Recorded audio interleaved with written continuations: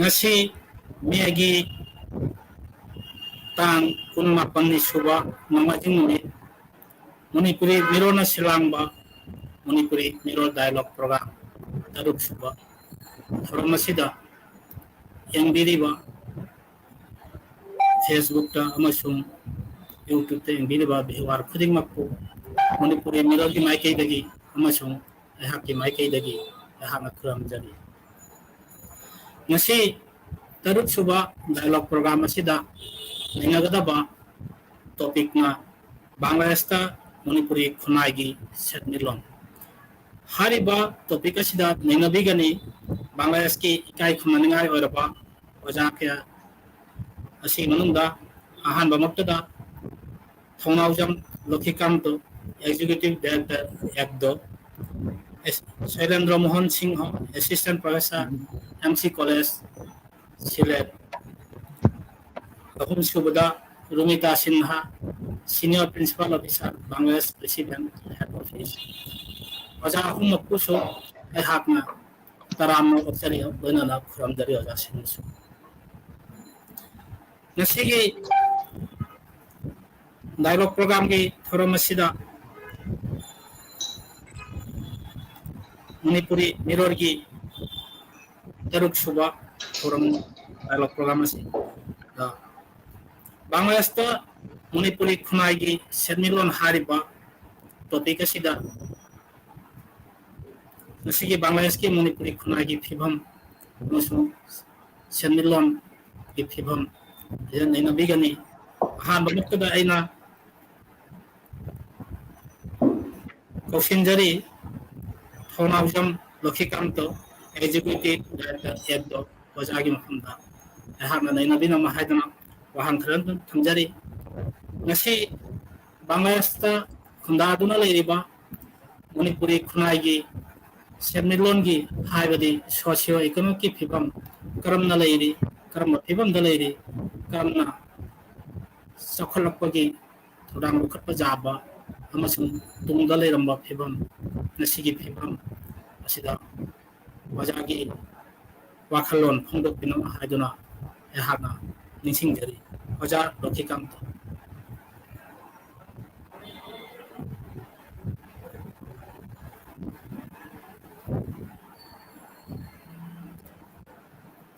aina amka ningsingjari oja Lakshmikanta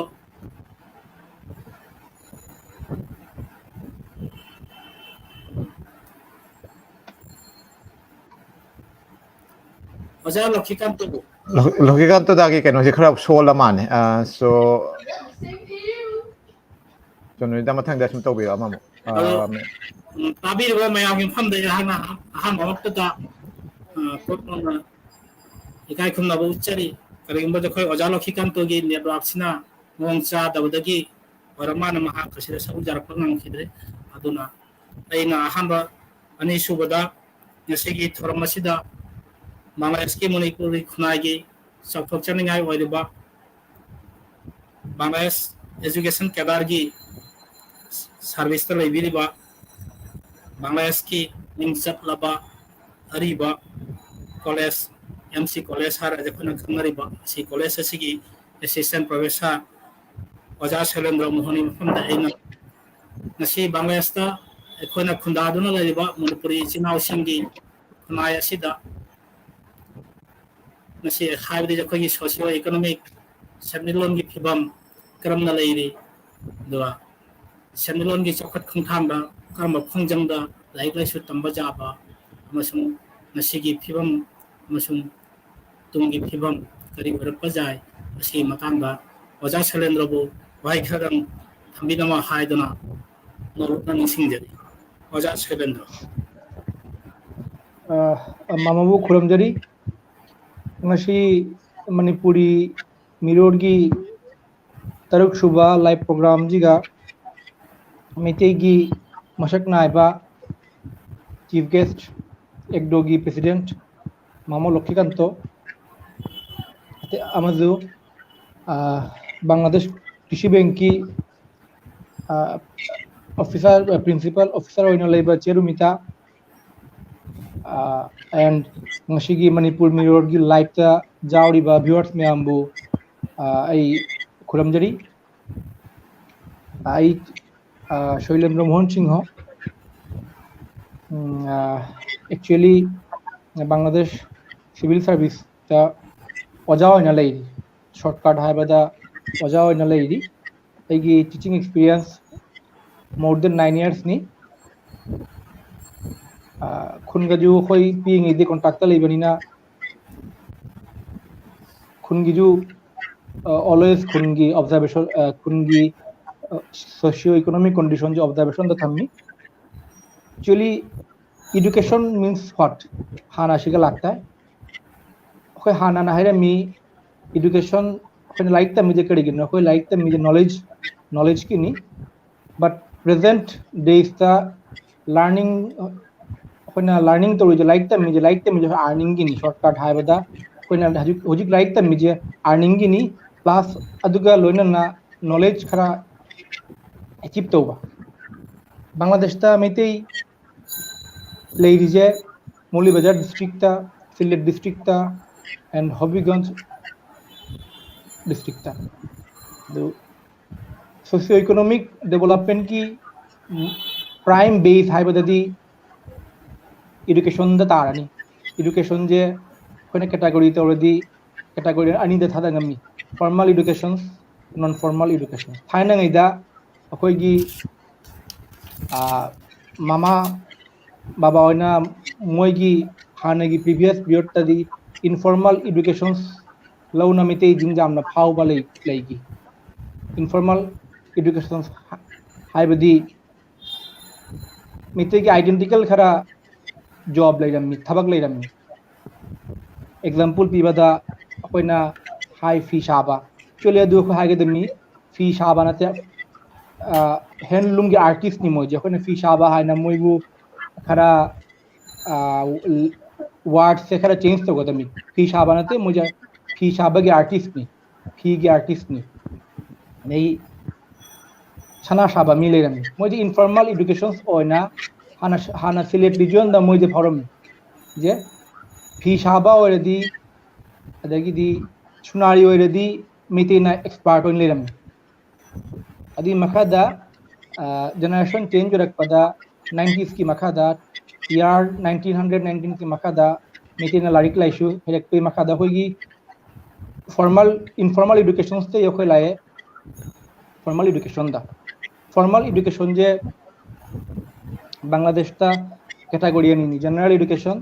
technical education so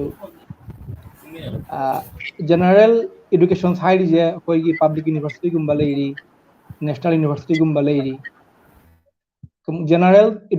education nata bada jo technical education leiri jo diploma na jo leiri bsc degree na jo leiri aduna ta na jo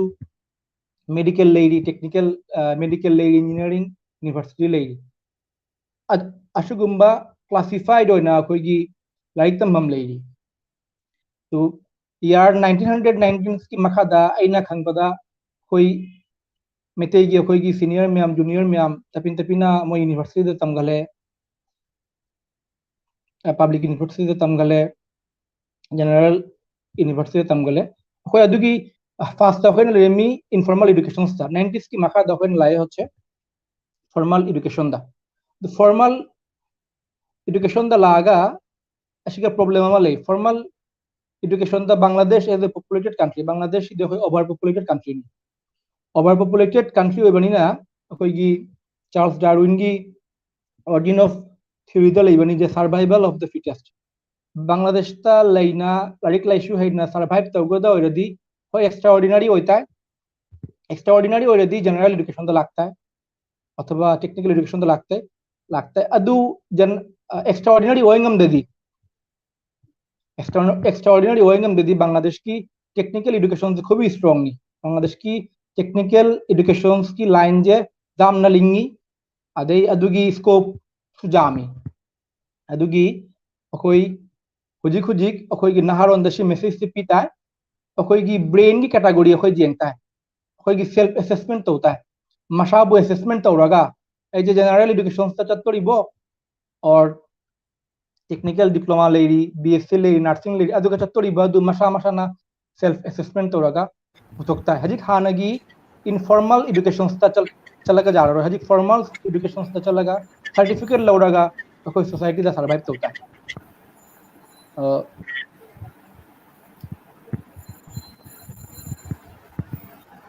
अदि मखादा अखोई proper guidance हाई तारे अखोई guardian मैम लेरी guardian मैम दे जो अखोई प्रॉपर गाइडेंस मथौ तारी एक्चुअली सोशियो इकोनॉमिक चेंज ओइरमिना अखोई एजुकेशन लौबगी सिस्टम जो चेंज होरे चेंज ओइबनिना अखोई चेंज का लोइना अखोई चेंज होइता असिनी आइ हाइबम समझरी मामा थागसरी वजा शैलेंद्र को वजा शैलेंद्र की माँ की मामला लेरबा नसी की खुनाई मदा सेंडिलोन चखट तादे एजुकेशन की मतलब ताई एजुकेशन न तना खुनाई म चखट जादे एजुकेशन चखला मतलब दा खुनाई दो चखट नहीं खुनाई दो चखट लोइना ना माँ की लेजबा माँ की चटना भी आइगी इना की अखोगी सिंसु क्या अदो माँ की डायरेक्ट की मतलब इन एजुकेशन की मतलब ओइगनी हाबगी फॉर्मल एजुकेशन में इनफॉर्मल एजुकेशन मरी लेना जो general education modern education technical education की मतंगा माकी मामा लेरबा वारे निमिरे मथंग दमु आइना ओजा शैलेंद्र अमुक लाक्चागनी जे जखोगी टेक्निकल एजुकेशन न करी खुदम चाबल लेबा मसुम जनरल एजुकेशन न करी पीरिबा टेक्नोलॉजिकल एजुकेशन न करी पीरिबा मतम वचाना चुना बगी अदो आई हुजिक मथंग दमु लाक्चारगे नसिगे डायलॉग प्रोग्राम असिगे इकाई खुंगनिंगा योरिबा ओजा Rumita Sinha senior principal officer Bangladesh Krishi bank तलाइब्रा ओजा की मफम दा ओजा दी सीनियर प्रिंसिपल ऑफिसर अमा ओरबा कौबनिना बैंकर अमागी मिडेंग दगी बांग्लादेश की मणिपुरी खुनाई दा सिगी सेंडिलोंगी हाबदी सोशियो इकोनॉमिक्स की कंडीशन फिबम करम न लेरी ओजा की मिडेंग दगी ओजा रुमिता सिन्हा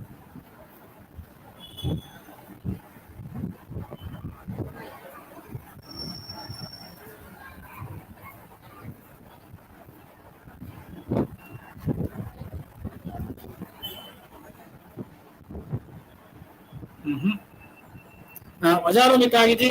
साउंड लागते तो ना ले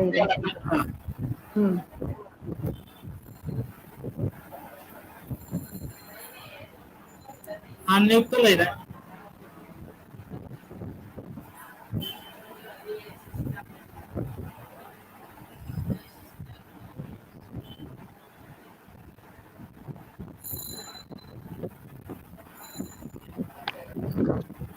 जा रहा मणिपुरी मिरर की तरुक सुबह ngasi की डायलॉग सिदा आइबु पार्टिसिपेट तहनबगी आई मणिपुरी मिरर की प्रोग्राम सिलिबा मयाम पुनमकु आइना खुरमजरी अदुगा लोइनाना ngasi की ऑनलाइन एवं फेसबुक ता लेरिबा व्यूअर्स मयाम बुसु आइना आइगी माइकई तकी खुरमजरी ngasi की अखोगी नैना बगी मफम सब्जेक्ट से अखोई तादो चंद्रजीत ना जामशेन ना हाइरे जे अखोई ngasi की बांग्लादेश ता लेबा मैतेई मयामगी पैसा लुपागी फिबम बा शेमिलोन इकोनॉमिकल सोशियो इकोनॉमिकल जे कंडीशन अशिगी मरमदा अखोई करी माइना ले अशी मरमदा हाइना पितमकी आइबु बैंकिंग माइकई दगी कमाइना जेंगने आइसे सी आइबु आई मसी मरमदा खितंग हाइजगे अखोई बांग्लादेश ता लेरिबा मैतई से शैलेंद्र ने सु हाई खरे सिदा आइना खंगबदा अमा खंगके अखोई सुनामगंज मानव मुली बाजार हबीगंज सुनामगंज तसु अखोई मैतई खरा ले कि परुआ अदुगुम्बा मफमदा खरा ले अदु मयामदुदा लेरिबा मैतई मरकसिदा इकोनॉमिकल हाजी हाइरमनी द शैलेंद्र ने जे अखोइना केनो अखोई चाइल्डहुड मतमदा अखोइना खंगई जे अखोई मी अखोई इपाइपु अखोई प्रीवियस जनरेशन की मैम से पुनम आज की हाइबदो जे वर्कशॉप अखोई सिलेक्टना मैतई मैम अखोइना खंगकदा सना सुरमी मधुगी वर्कशॉप तौरमी वर्कशॉप तो मधु कैनोनी अखोई मधुदा जामना ममिंग चलमी जामना मोय नो ओना ऑनेस्टी ओना थबक तौरमदुना मदि मतमदा जामना तौरमी मैनुअली मधुगै अखोईगी कैनोरमदा हाइताई मुली बाजार रोमगी अखोईगी कैनो मयाम अते अते विलेज मयाम लेडीसिंगदुदना लौ सुरमी अदुगै हुजिकी मतमदा हजिकी शनाशुबा हजिकी कारीगर मयाम शनाशुबा मी मयाम वर्कशॉप हजिक शनागी मतमदा शनासिना हुजिक मैनुअली तोकलगना पुनमकसे इलेक्ट्रॉनिक्स ओइरना ऑटो सिस्टम द पुनमकसे ओइबदुदा अखोईगी मैतेसिंगसिगी फिबम से खितंग केनो तोरे हानि दुमाइना तोरक्तना मदुगै मोय लाइक लाइसु तममना अगे अखोई मैते सिसु पुनमक तौकना हुजिक अखोई मैतेगी सिलेट मनुंगदसु अदुगी अते मुले बाजार कुलाउरा पुनमक सोलमदा लेरिबा मैते खुन पुनमकतसु फैमिली खुदिंगे अममम जे देशा थबकमा गवर्नमेंट जॉब नत्रसु अनदर मखन मखन जॉब तौरना मोगी सामाजिक मोगी खुनाइगी फिबम से खरा माने चाखुतले हाइबसे अदुदा हुजी की बैंक की सेक्टर द जिंगगना अखोई बैंक त हजी नहा अखोइना फनबदा बैंक त हुजी बांग्लादेश त लेरी सेमी कुंठा आईगी से होय कैनो नते एक्चुअल अवोइबा राइट कैनो नते नंबर नते अइना हाइरिबा से जे कुंठा मंगा निफु दुमाइना तौबा अखोई मियोय हुजी बैंक त कोई थबक तौरी बैंकिंग द लई हुजी बैंकिंग द लई बसिना बैंकिंग दे अइना जुदी खल्लदी जे बैंकिंग द लई बसिना हजिकी बैंक त लईरदी बा बैंकिंग दे अइना अखोईगी सामाजिक की फिबम से हाइरदी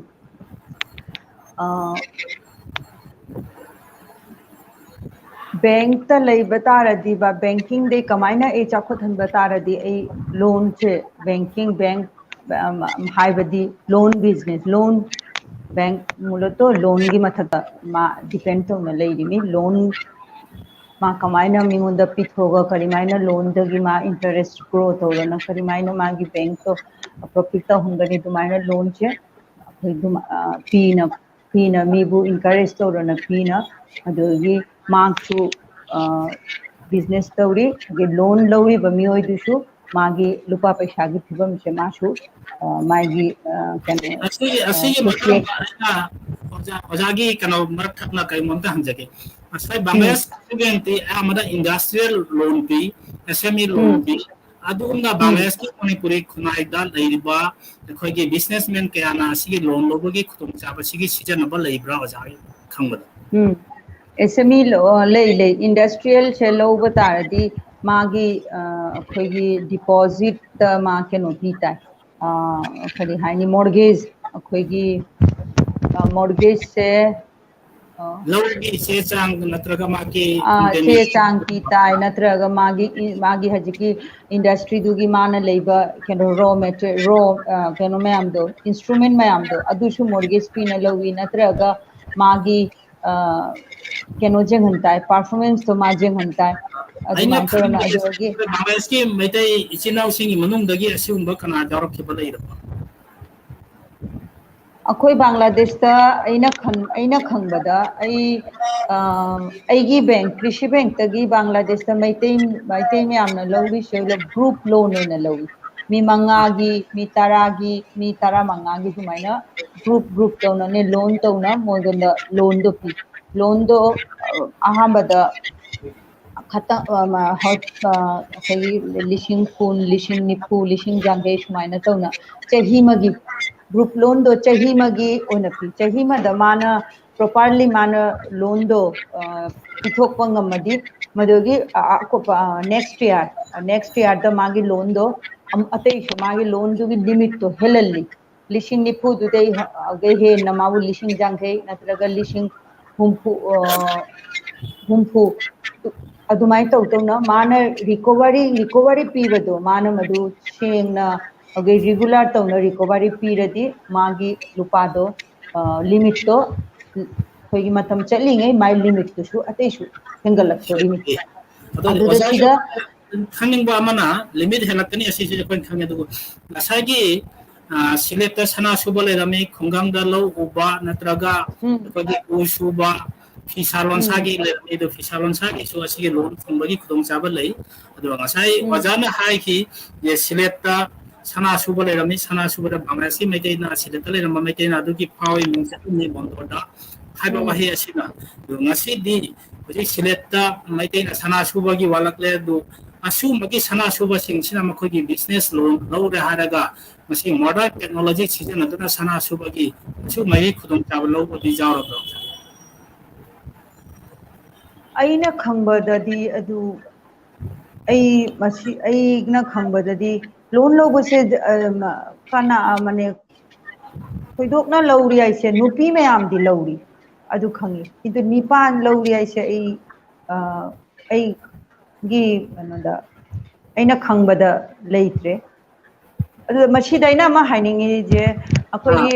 ꯃꯦꯆꯤꯟꯅ ꯍꯧꯖꯤꯛ ꯁꯅꯥ ꯁꯥꯏ ꯀꯥꯏꯅ ꯍꯥꯏꯔꯤꯁꯦ ꯑꯣꯇꯣ ꯑꯣꯏꯅ ꯏꯂꯦꯛꯇ꯭ꯔꯣꯅꯤꯛꯁ ꯀꯥꯗꯦ ꯑꯩꯈꯣꯏꯒꯤ ꯃꯩꯇꯩꯒꯤ ꯍꯧꯖꯤꯛ ꯀꯩꯅꯣ ꯂꯣꯟꯁꯦ ꯂꯧꯕ ꯇꯥꯔꯗꯤꯅꯦ ꯃꯣꯏꯅ ꯃꯣꯔꯒꯦꯖ ꯂꯧꯏ ꯃꯣꯔꯒꯦꯖꯁꯦ ꯀꯩꯅꯣ ꯑꯩꯈꯣꯏꯒꯤ ꯂꯝꯁꯦ ꯃꯣꯔꯒꯦꯖ ꯑꯣꯏꯅ ꯑꯩꯈꯣꯏꯒꯤ ꯂꯧꯔꯤ ꯕꯦꯡꯛ ꯄꯩꯁꯥ ꯂꯣꯟꯗ ꯂꯝꯁꯦ ꯃꯥꯒꯤ ꯂꯦꯟꯁꯦ ꯃꯣꯔꯒꯦꯖ ꯑꯣꯏꯅ ꯂꯧꯔꯤ ꯑꯗꯨꯗ ꯑꯩꯈꯣꯏꯒꯤ ꯃꯩꯇꯩꯒꯤ ꯂꯦꯟꯁꯦ ꯑꯩꯈꯣꯏ ꯀꯩꯅꯣ ꯑꯣꯏꯗꯦ ꯑꯩꯅ ꯂꯧꯕ ꯇꯥꯔꯗꯤ ꯆꯞ ꯃꯥꯟꯅꯩ ꯑꯩꯁꯦ ꯑꯗꯨꯝ ꯑꯦꯛꯖꯥꯝꯄꯜꯅꯤꯁꯦ ꯑꯩꯒꯤ ꯃꯤꯑꯣꯏ ꯃꯈꯜꯅ ꯑꯩ ꯔꯨꯃꯤꯇꯥ ꯁꯤꯟꯍꯥ ꯂꯣꯟ ꯂꯧꯔꯒꯦ ꯍꯧꯖꯤꯛ ꯑꯩꯒꯤ ꯃꯃꯤꯡꯗ ꯀꯩꯅꯣꯁꯦ ꯂꯦꯟꯁꯦ ꯃꯣꯔꯒꯦꯖ ꯄꯤꯕ ꯇꯥꯔꯗꯤ ꯑꯩꯒꯤ ꯃꯃꯤꯡꯗ ꯀ꯭ꯂꯤꯌꯥꯔ ꯑꯩꯅ ꯀꯩꯅꯣ ꯃꯐꯝ 4 decimal বা 5 decimal ꯗꯦꯁꯥ ꯑꯣꯏꯔꯁꯨ ꯑꯗꯨꯒꯤ ꯂꯧꯐꯝꯗꯣ ꯕ ꯃꯐꯝꯗꯣ ꯑꯩꯒꯤ ꯃꯃꯤꯡꯗ ꯑꯣꯏꯇꯥꯏ ꯏꯟꯗꯤꯕꯤꯖꯨꯋꯦꯜ ꯑꯩꯒꯤ ꯃꯃꯤꯡꯗ ꯑꯣꯏꯇꯥꯏ ꯑꯗꯨ ꯅꯠꯇ꯭ꯔꯗꯤ ꯂꯣꯟ ꯄꯤꯔꯣꯏ ꯑꯗꯨꯗ ꯑꯩꯈꯣꯏ ꯃꯩꯇꯩꯒꯤꯗꯤ ꯂꯧꯐꯝꯁꯤꯡꯁꯦ ꯍꯧꯖꯤꯛꯐꯥꯎ ꯀ꯭ꯂꯤꯌꯥꯔ ꯏꯟꯗꯤꯕꯤꯖꯨꯋꯦꯜꯂꯤ ꯑꯣꯏꯕꯁꯦ ꯌꯥꯝꯅ ꯎꯗꯦ ꯂꯝ ꯇꯨꯒꯤ ꯃꯔꯝꯗ ꯑꯩꯈꯣই ꯑꯗꯨꯝ ꯍꯥꯟꯅ ꯄꯨꯟꯅ ꯂꯩꯔꯝꯕꯩ ꯃꯆꯤꯟ ꯃꯅꯥꯎ ꯀꯩꯅꯣ ꯇꯧꯅ ꯅꯨꯡꯁꯤꯅꯅ ꯂꯩꯔꯝꯕꯩ ꯃꯗꯨꯒꯤ ꯃꯤꯠꯌꯦꯡꯗ ꯂꯝ ꯇꯨꯒꯤ ꯀꯩꯅꯣꯁꯦ ꯑꯩꯈꯣꯏꯒꯤ ꯀꯩꯅꯣ ꯄꯨꯟꯅ ꯁꯨꯝ ꯇꯧꯕ ꯂꯩ ꯄꯨꯟꯅ ꯑꯗꯨꯝ ꯂꯩꯔꯤ ꯄꯨꯟꯅ ꯂꯩꯔꯗꯤ ꯑꯩꯒꯤ ꯏꯅꯥꯎ ꯃꯈꯛꯀꯤ ꯃꯃꯤꯡꯗꯣ ꯂꯝꯗꯣ ꯂꯩꯔꯗꯤ ꯑꯗꯨꯗ ꯑꯩꯉꯣꯟꯗ ꯃꯥꯅ ꯂꯣꯟꯗꯣ ꯄꯤꯔꯣꯏ ꯂꯝꯗꯨꯒꯤ ꯑꯦꯒꯦꯟꯁꯇ ꯂꯣꯟꯗꯣ ꯄꯤꯔꯣꯏ ꯑꯗꯨꯅ ꯑꯩꯈꯣꯏꯒꯤ ꯃꯁꯤꯗꯁꯨ ꯑꯩꯈꯣꯏꯒꯤ ꯑꯄꯟꯕ ꯃꯈꯜ ꯂꯩ ꯂꯣꯟ ꯂꯧꯕꯩ ꯑꯗꯨꯗ ꯍꯧꯖꯤꯛꯀꯤ ꯍꯥꯏꯗꯣ ꯅꯤꯄꯥ ꯃꯌꯥꯝꯅ ꯁꯅꯥ ꯁꯨꯕ ꯃꯤꯅꯗꯨꯗꯤ ꯃꯥꯅ ꯍꯧꯖꯤꯛꯀꯤ ꯃꯦꯆꯤꯟꯗꯣ ꯃꯥ ꯂꯩꯖꯔꯒ ꯃꯥꯅ ꯁꯨꯅꯤꯡꯉꯦ ꯍꯥꯏꯅ ꯇꯧꯔꯗꯤ ꯃꯥꯒꯤ ꯀꯩꯅꯣꯗꯣ ꯂꯝ ꯕ ꯑꯦꯅꯗꯔ ꯃꯥꯒꯤ ꯃꯦꯆꯤꯟꯗꯨꯁꯨ ꯃꯥ ꯍꯣꯏ ꯃꯣꯔꯒꯦꯖ ꯄꯤꯔꯒ ꯃꯗꯨꯒꯤ ꯑꯦꯒꯦꯟꯁꯇ ꯃꯥ ꯂꯣꯟꯗꯣ ꯂꯧꯕ ꯌꯥꯅꯤ ꯑꯗꯨꯗ ꯑꯩꯈꯣꯏꯒꯤ ꯃꯩꯇꯩꯒꯤ ꯑꯩꯈꯣꯏꯗꯤ ꯏꯄꯥ ꯏꯄꯨꯗꯩꯁꯨ ꯑꯩꯈꯣꯏꯁꯦ ꯑꯩꯈꯣꯏꯒꯤ ꯕꯤꯖꯤꯅꯦꯁ ꯇꯧꯕꯒꯤ ꯃꯔꯝꯁꯦ ꯑꯩꯈꯣꯏꯅ ꯇꯧꯔꯛꯇꯕꯗꯅ ꯑꯗꯨꯅ ꯃꯁꯤꯒꯤ ꯃꯔꯝꯗ ꯑꯩꯈꯣꯏꯒꯤ ꯀꯩꯅꯣꯁꯦ ꯒ꯭ꯌꯥꯟꯁꯦ ꯈꯤꯇꯪ ꯑꯩꯅ ꯈꯪꯖꯕꯗ ꯑꯩꯒꯤ ꯀꯩꯅꯣꯅꯤ ꯑꯣꯄꯤꯅꯤꯌꯟꯅꯤꯁꯦ ꯃꯁꯤ ꯃꯔꯝꯗ ꯑꯩꯈꯣꯏ ꯈꯤꯇꯪ ꯋꯥꯠ ꯃꯥꯜꯂꯛꯏ ꯑꯩꯈꯣꯏꯒꯤ ꯒ꯭ꯌꯥꯟꯁꯦ ꯑꯗꯨꯅ ꯕꯤꯖꯤꯅꯦꯁꯁꯦ ꯇꯧꯕꯗ ꯃꯁꯤꯁꯨ ꯑꯄꯟꯕ ꯑꯃꯅꯤ ꯍꯥꯏꯅ ꯑꯩ ꯈꯜꯂꯤ ꯑꯗꯨꯃꯥꯏꯅ ꯇꯧꯔꯅ ꯑꯗꯨ ꯍꯧꯖꯤꯛ ꯅꯨꯡꯉꯥꯏꯕ ꯋꯥꯐꯝꯗꯤꯁꯦ ꯑꯩꯈꯣꯏꯒꯤ ꯕꯪꯒ꯭ꯂꯥꯗꯦꯁꯇ ꯂꯩꯔꯤꯕ ꯑꯩꯈꯣꯏ ꯃꯩꯇꯩ ꯂꯥꯏꯔꯤꯛ ꯂꯥꯏꯁꯨꯗꯁꯨ ꯑꯩꯈꯣꯏꯁꯨ ꯃꯥꯅꯦ ꯌꯥꯝꯅꯕꯨ ꯀꯩꯅꯣ ꯅꯠꯇꯦ ꯍꯥꯌꯔ ꯁ꯭ꯇꯗꯤꯗ ꯑꯩꯈꯣꯏꯒꯤ ꯃꯤꯁꯦ ꯃꯥꯅꯦ ꯌꯥꯝꯅ ꯃꯤꯁꯤꯡꯗ ꯍꯧꯖꯤꯛꯐꯥꯎ ꯈꯨꯠꯇ ꯊꯤꯕ ꯌꯥꯕꯒꯨꯝꯕꯅꯤ ꯑꯗꯨꯒꯤ ꯃꯤꯠꯌꯦꯡꯗ ꯑꯩꯈꯣꯏꯒꯤ ꯂꯥꯏꯔꯤꯛ ꯍꯩꯇꯕꯁꯤꯗꯤ ꯑꯩꯈꯣꯏꯒꯤ ꯂꯩꯇꯦ ꯃꯤ ꯄꯨꯝꯅꯃꯛ ꯀꯩꯅꯣꯅꯤ ꯑꯩꯈꯣꯏꯒꯤ ꯂꯥꯏꯔꯤꯛ ꯂꯥꯏꯁꯨ ꯄꯨꯝꯅꯃꯛꯁꯨ ꯍꯩꯔꯁꯨ ꯇꯣꯞ ꯂꯦꯚꯦꯜꯗ ꯂꯩꯕꯁꯦ ꯈꯨꯠꯇ ꯌꯥꯝꯅ ꯅꯠꯇꯕꯗꯨꯅ ꯑꯗꯨꯅ ꯑꯩꯒꯤ ꯋꯥꯐꯝꯁꯦ ꯑꯩꯈꯣꯏꯒꯤ ꯂꯦꯚꯦꯜ ꯑꯩꯈꯣꯏꯒꯤ ꯑꯩ BA ꯄꯥꯁ ꯑꯣꯏꯔꯗꯤ ꯃꯗꯨꯒꯤ ꯂꯦꯚꯦꯜ ꯌꯦꯡꯉꯅ ꯑꯩ ꯃꯗꯨꯒꯤ ꯊꯕꯛꯅ ꯇꯧꯕ ꯑꯩ ꯃꯥꯁꯇꯔꯁ ꯗꯤꯒ꯭ꯔꯤ ꯄꯥꯁ ꯇꯧꯔꯗꯤ ꯑꯗꯨꯒꯤ ꯃꯐꯝ ꯑꯗꯨꯒꯤ ꯊꯥꯛꯇ ꯑꯩ ꯊꯕꯛ ꯑꯃ ꯌꯦꯡꯕ ꯁꯤꯒꯨꯝꯕ ꯋꯥꯈꯜꯁꯦ ꯑꯩꯈꯣꯏꯒꯤ ꯃꯩꯇꯩ ꯃꯆꯥ ꯅꯨꯄꯤ ꯅꯨꯄꯥ ꯄꯨꯝꯅꯃꯛꯇ ꯑꯩ ꯂꯥꯛꯅꯕꯒꯤꯗꯃꯛꯇ ꯃꯁꯤ ꯃꯔꯝꯗ ꯈꯟꯅꯅꯕꯒꯤ ꯑꯩ ꯄꯨꯝꯅꯃꯛꯇ ꯔꯤꯀ꯭ꯋꯦꯁ ꯇꯧꯖꯔꯤ ꯊꯥꯒꯠꯆꯔꯤ ꯑꯣꯖꯥ ꯔꯨꯃꯤꯇꯥꯕꯨ ꯑꯣꯖꯥꯗ ꯑꯃꯨꯛꯀ ꯂꯥꯛꯆꯒꯦ ꯑꯩ ꯍꯧꯖꯤꯛ ꯃꯊꯪꯗ ꯑꯃꯨꯛ ꯀꯩꯅꯣ ꯑꯣꯖꯥꯒꯤ ꯃꯃꯜ ꯂꯩꯔꯕ ꯃꯍꯥꯛꯀꯤ ꯋꯥꯍꯩ ꯀꯌꯥ ꯃꯁꯤ ꯑꯩꯈꯣꯏꯒꯤ ꯑꯦꯖꯨꯀꯦꯁꯟꯒꯤ ꯊꯥꯛꯀꯤ ꯂꯥꯏꯔꯤꯛ ꯍꯩꯕꯒꯤ ꯃꯇꯥꯡꯗꯁꯨ ꯄꯟꯕꯤꯔꯤ ꯑꯗꯨꯒꯨꯝꯅ ꯑꯩꯅ ꯑꯣꯖꯥ ꯁꯩꯂꯦꯟꯗ꯭ꯔꯗ ꯈꯪꯖꯅꯤꯡꯕ ꯑꯃꯅ ꯃꯁꯤ ꯕꯪꯒ꯭ꯂꯥꯗꯦꯁꯀꯤ ꯃꯅꯤꯄꯨꯔꯤ ꯈꯨꯟꯅꯥꯏ ꯂꯥꯏꯔꯤꯛ ꯂꯥꯏꯁꯨꯒꯤ ꯊꯥꯛ ꯋꯥꯡꯂꯦ ꯍꯥꯏꯕꯗ ꯍꯥꯏꯃꯟꯕ ꯊꯣꯛꯑꯣꯏ ꯑꯗꯨꯕꯨ ꯍꯥꯏꯔꯤꯕ ꯋꯥꯍꯩ ꯑꯁꯤ ꯃꯌꯥꯝꯅ ꯊꯥꯖꯅꯔꯕꯅꯤ ꯑꯗꯣ ꯕꯪꯒ꯭ꯂꯥꯗꯦꯁꯇ ꯃꯅꯤꯄꯨꯔꯤ ꯌꯨꯝꯊꯣꯡ ꯈꯨꯗꯤꯡꯒꯤ ꯃꯦꯇ꯭ꯔꯤꯛꯇꯒꯤ ꯑꯂꯤꯛꯄ ꯂꯩꯇ꯭ꯔꯤ ꯍꯥꯏꯕꯁꯤ ꯑꯩꯈꯣꯏꯅ ꯌꯥꯅꯔꯕꯅꯤ ꯑꯗꯨꯕꯨ ꯕꯪꯒ꯭ꯂꯥꯗꯦꯁꯇ ꯃꯩꯇꯩ ꯂꯥꯏꯔꯤꯛꯀꯤ ꯆꯥꯡ ꯑꯁꯤ ꯑꯦꯚꯔꯦꯖꯇ 80% ꯑꯁꯤꯗꯤ ꯑꯣꯏꯔꯅꯤ ꯍꯥꯏꯗꯨꯅ ꯑꯩꯈꯣꯏꯅ ꯆꯥꯡꯗ ꯃꯌꯥꯝꯅ ꯁꯨꯝ ꯈꯟꯅꯔꯤ ꯍꯧꯖꯤꯛꯁꯨ ꯑꯩꯈꯣꯏꯒꯤ ꯁꯦꯟꯁꯁ ꯀꯌꯥꯗ ꯁꯨꯝ ꯍꯥꯏꯔꯛꯏ ꯑꯗꯨ ꯉꯁꯥꯏꯒꯤ ꯑꯣꯖꯥ ꯔꯨꯃꯤꯇꯥꯅ ꯍꯥꯏꯈꯤꯕꯒꯨꯝꯅ ꯂꯥꯏꯔꯤꯛ ꯍꯩꯕꯒꯤ ꯊꯥꯛ ꯑꯁꯤ ꯃꯥꯒꯤ ꯀꯩꯅꯣ ꯁ꯭ꯇꯦꯖꯁꯤ ꯑꯋꯥꯡꯕ ꯊꯥꯛꯀꯤ ꯌꯥꯎꯗꯕ ꯅꯠꯇꯦ ꯑꯗꯨ ꯄꯥꯕ꯭ꯂꯤꯛ ꯌꯨꯅꯤꯚꯔꯁꯤꯇꯤꯗꯒꯤ ꯇꯝꯂꯛꯇꯨꯅ ꯄꯥꯁ ꯇꯧꯔꯛꯄ PhD ꯂꯧꯔꯕ ꯑꯣꯖꯥ ꯀꯌꯥ ꯌꯥꯎꯔꯛꯂꯤ ꯍꯧꯖꯤꯛꯁꯨ ꯌꯨꯅꯤꯚꯔꯁꯤꯇꯤꯒꯤ ꯑꯣꯖꯥ ꯑꯣꯏꯔꯛꯂꯤ ꯀꯌꯥ ꯑꯃꯅꯁꯨ ꯀꯣꯂꯦꯖꯀꯤ ꯑꯣꯖꯥ ꯑꯣꯏꯔꯤ BCS ꯀꯦꯗꯔꯗꯒꯤ ꯂꯥꯛꯇꯨꯅ ꯑꯣꯖꯥ ꯀꯌꯥꯅ ꯑꯁꯤ ꯑꯣꯖꯥ ꯁꯩꯂꯦꯟꯗ꯭ꯔꯒꯨꯝꯕ ꯑꯗꯨꯝ ꯉꯁꯥꯏ ꯑꯩꯅ ꯑꯣꯖꯥ ꯁꯩꯂꯦꯟꯗ꯭ꯔꯗ ꯈꯪꯅꯤꯡꯕ ꯑꯃꯅ ꯑꯁꯤ ꯕꯪꯒ꯭ꯂꯥꯗꯦꯁꯀꯤ ꯃꯅꯤꯄꯨꯔꯤ ꯈꯨꯟꯅꯥꯏꯒꯤ ꯏꯆꯤꯜ ꯏꯅꯥꯎꯁꯤꯡ ꯑꯌꯥꯝꯕꯅ ꯖꯨꯝꯀꯣꯛꯀꯤ ꯆꯥꯎꯕ ꯄꯤꯛꯄ ꯊꯕꯛ ꯀꯌꯥ ꯇꯧꯅꯔꯛꯂꯦ ꯒꯣꯔꯃꯦꯟ ꯁꯥꯔꯚꯤꯁꯄꯨ ꯑꯣꯏꯔꯁꯨ ꯄ꯭ꯔꯥꯏꯚꯦꯠ ꯁꯦꯛꯇꯔꯒꯤ ꯁꯥꯔꯚꯤꯁꯄꯨ ꯑꯣꯏꯔꯁꯨ ꯑꯣꯖꯥ ꯔꯨꯃꯤꯇꯥꯅ ꯍꯥꯏꯈꯤ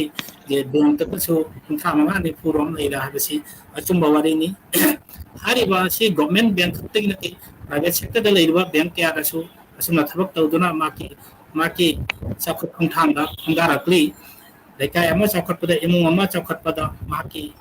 ꯏꯃꯨꯡꯗꯣ ꯑꯃꯒꯤ ꯁꯥꯔꯚꯤꯁ ꯄꯥꯏꯕ ꯑꯃꯒꯤ ꯃꯊꯧ ꯂꯩ ꯑꯗꯣ ꯁꯥꯔꯚꯤꯁ ꯄꯥꯏꯕ ꯂꯩꯔꯕ ꯀꯧꯕꯅꯤꯅ ꯏꯃꯨꯡꯗꯨꯒꯤ ꯁꯦꯟ ꯊꯨꯝꯒꯤ ꯐꯤꯕꯝ ꯐꯔꯦ ꯍꯥꯏꯕꯁꯤ ꯑꯩꯈꯣꯏꯅ ꯃꯁꯤ ꯈꯪꯉꯤ ꯑꯗꯨꯒꯨꯝꯅ ꯑꯣꯖꯥꯒꯤ ꯃꯤꯠꯌꯦꯡꯗꯒꯤ ꯉꯁꯥꯏꯒꯤ ꯑꯩꯈꯣꯏꯅ ꯂꯥꯏꯔꯤꯛ ꯉꯁꯤꯒꯤ ꯃꯣꯗꯔꯟ ꯂꯥꯏꯔꯤꯛ ꯇꯝꯕ ꯍꯥꯏꯔꯤꯕꯁꯤꯗ ꯉꯁꯥꯏ ꯑꯣꯖꯥꯅ ꯉꯁꯥꯏꯒꯤ general education amasung technical education ngasi thaba kama phangba laina phangba jaba akhoi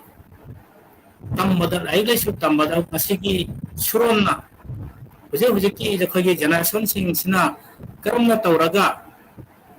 akhoi lai su je akhoi bekar oidaba habi thaba phangdana leidaba adu magi larik tambasida ngasi technical education sida ojana khar medical technologies amasung akhoi science technology asumagi wari kya tamirami asida especially oina ojabagi jokona ngasi suron impham da ojana kari amuk pokta se technical education ki khutong chaba thabak sigi se amukka amta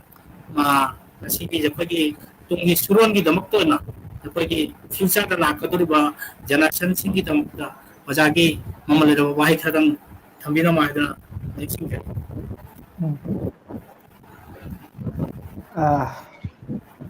Mama bu angka hanjana kuramjari. Mamo, dear viewers, Bangladesh ki perspective to overpopulated country ni aina hana jware. Overpopulated country or ju technically literate me je Bangladesh ta watli. Bangladesh ta like ta nuri general me ngatani general line ngatani. Bangladesh ki technical line hai di Bangladesh ki technical kone Bangla na adugi Bangla na hai di technical directorate li. Technical directorate ki makha da different institution mi amda BSc college le university public university da tamdana ju Bangladesh ta BSc tambaja adugumba BSc college mari manga khak Bangladesh ta lai adu natana ju polytechnic institute duga diploma tamalli adu natana ju polytechnic school and college le अशी institution में बांग्लादेश की कारीगरी शिक्षा board है technical education board के अंदर डले अशी लाइन दा बांग्लादेश ता जॉब मार्केट से जामना ह्यूज बांग्लादेश ती खुजिकता जामना इंडस्ट्रियल रिवोल्यूशन होइडी इंडस्ट्री रिवोल्यूशन ओइ बनी ना अशी मफम जिगा सर्टिफिकेट पाइरदी चाकरी फंगी है जी लाला ना चाकरी फंगी अशी मफम जिगा कंप्यूटर कॉम competitor je watpa adugi matungda meteina technical line je inborn khara expert oibanina ashi line da jalaga metei je do very well, they are doing very well adunatana Bangladesh ki health sector da ju nursing diploma hanama leiri Bangladesh nursing college leiri nursing diploma leiri अशी nursing college and nursing diploma तमजु हुजिक हुजिकता बांग्लादेशता यामना लाइना government चाकरी बुहाइबने private चाकरी बुहाइबने लाइना फंग हुजिक हुजिकता बांग्लादेश की बीएससी नर्सिंग तमदी मोइबु बांग्लादेश पब्लिक सर्विस कमीशन ना directly second class officer on recruit तौरी अदुना अखोई जनरल लाइन दा तंबा तारदी अखोई कॉम्पिटिटर जो जामगनी अदुना सेल्फ असेसमेंट तौरगा मसाबु जस्टिफाई तौरगा ऐसे जनरल लाइन दा तमगा आई जनरल कैटेगरी की स्टूडेंट का कॉम्पीट तौंगमगनी हायदी ए जनरल लाइन दा लाखपा अदु ngam हायदी अइना हायरी टेक्निकल लाइन म्याम जी का चलदी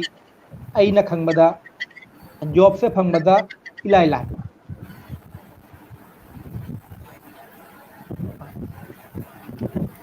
मतंदा मु वही अजा शैलेंद्र दा आई अमु लाक्चगे दो अजा शैलेंद्र की ममल लेरवा जखोगी लाइब्रेरी सु तंबदा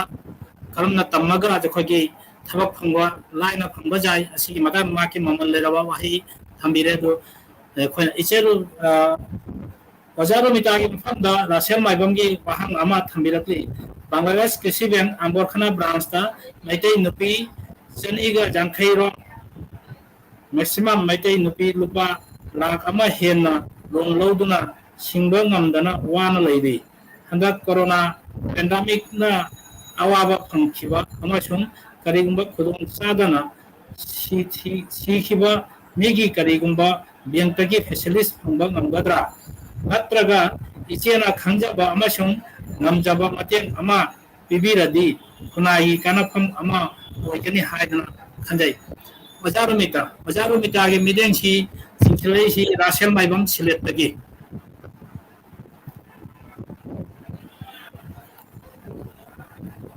Wajarumita मशीगे रासेल ना तो रहिबा क्वेश्चन से जामना हजिकी मतंगदा जामना फजबा कनमनी वहंग मनी सिगी मरमदा आइसु खरा दिखतंग ते आइगी सु कनो ले मशीगी ब्रांच की मरमदा आइगोंदा मादुगी ब्रांच की लोनी हाता कनो लोबा सेन लोबा मी खरा मियोंग खरा नसु आइगा फोन दा दुम आइगा जुगाजुग तौरे मदुगी जुगाजुग की मतुंग इना आइना एखोइगिसु आइगा चंगबिनबा आइगा लारिक तमिनरंबा अखोई एमसी कॉलेज तगी एमसी कॉलेज से हुजी तादो चंद्रजित है एमसी कॉलेज मुरारी चाँद कॉलेज आशी अदुने एमसी कॉलेज अदुदे अखोइगा तमिनरपा मासुले आंबरखाना ब्रांच ता अदुना अखोइगी हुजी मशीगी मरमदा हाइनिंग बदी बैंक ते लोन लौरदी मदु लोन दो नंग शिंग ता अशी शिंग माने शिंग ता लोन दो नंग रिकवरी तौता लोन दो अदुगे रिकवरी तौद्रदी नंगी लोन दो मतम चलिंगे लोन दुगी अगेंस्ट रखते माने इंटरेस्ट मोना हापानी इंटरेस्ट हापागा लोन दुगी फिगर दो चाउ अतेशु चाउ थोरनी लोन दो अदुगी हजी ग्रुप लोन से आइदा खंगबदसी ठीक नते अखोगी चक्रवृद्धि माने लोन की इंटरेस्ट की मतलब अमुक इंटरेस्ट अदु नते दुम अखोगी सिंपल लोन ओना ओय असिदा अइना खनबा अइना मोइदा आंबरखाना ब्रांच का अइना जुगा कनो तो बदुदा मोइगा अइना दुम टेलीफोन ना दुम वाली सुनबदु अदुदा कई तौरी जे मशीगी लोन से हजे अखोई अहान बददी ऑफिसर मखक चलगने लोन से कनो तौरी लकाई दुदा ग्रुप तुगी लकाई दुदा चलगने मागी कनो ले कनो अखोगी डे माना नुमित मखक कनो तो नतीजे आई नोमाइजिंग नुमित लाकनी नत्रगा सगुन से नुमित लाकनी न दुमाइना मागी नुमित मखक माना स्पेसिफिक तो नुमित मखक ले अदु नुमित दुदा चलगने माना मदु लुपा बैसा कुनो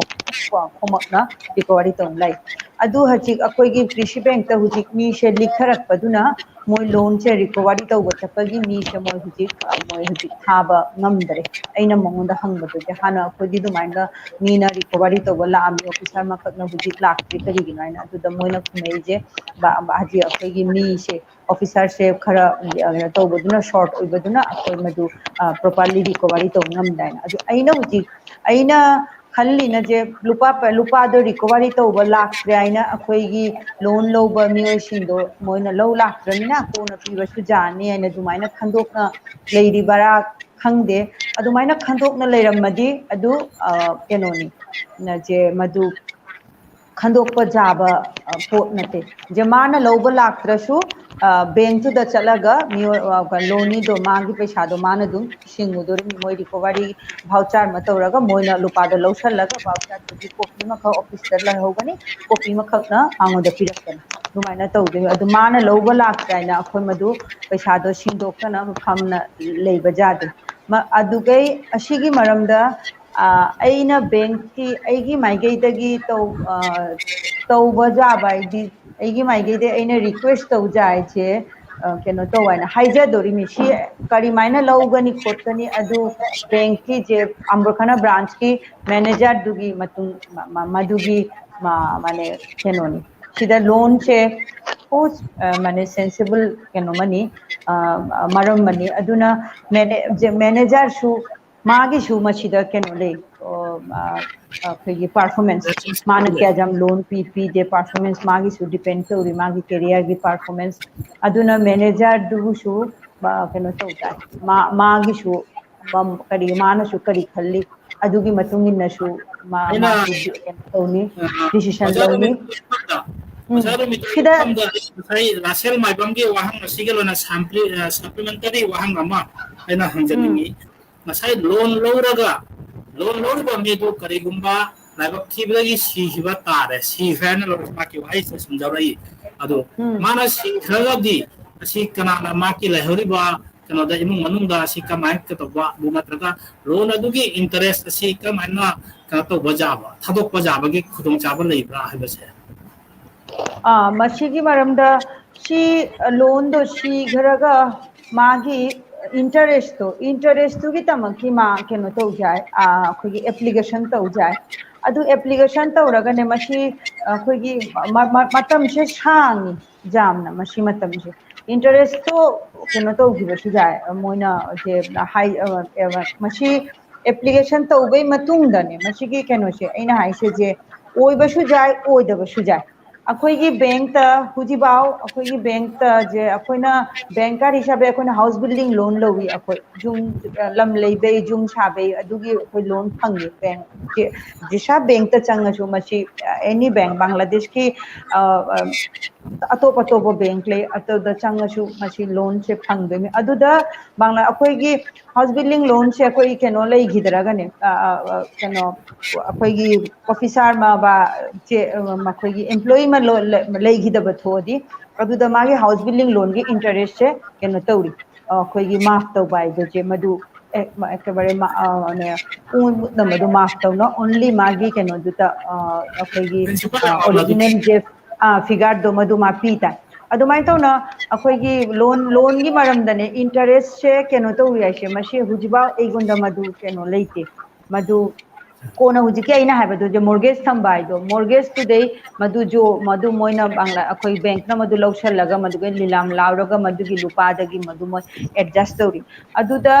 मोइना इंटरेस्ट तो माफ तौगी वाइना ने मोइना एप्लीकेशन तौब थोदिने अदुगी मरम अदुगी मतम से जामना चंगे अदु ब्रांच तो की मैनेजर दे एप्लीकेशन तौरनी मैनेजर न मदु हजिकी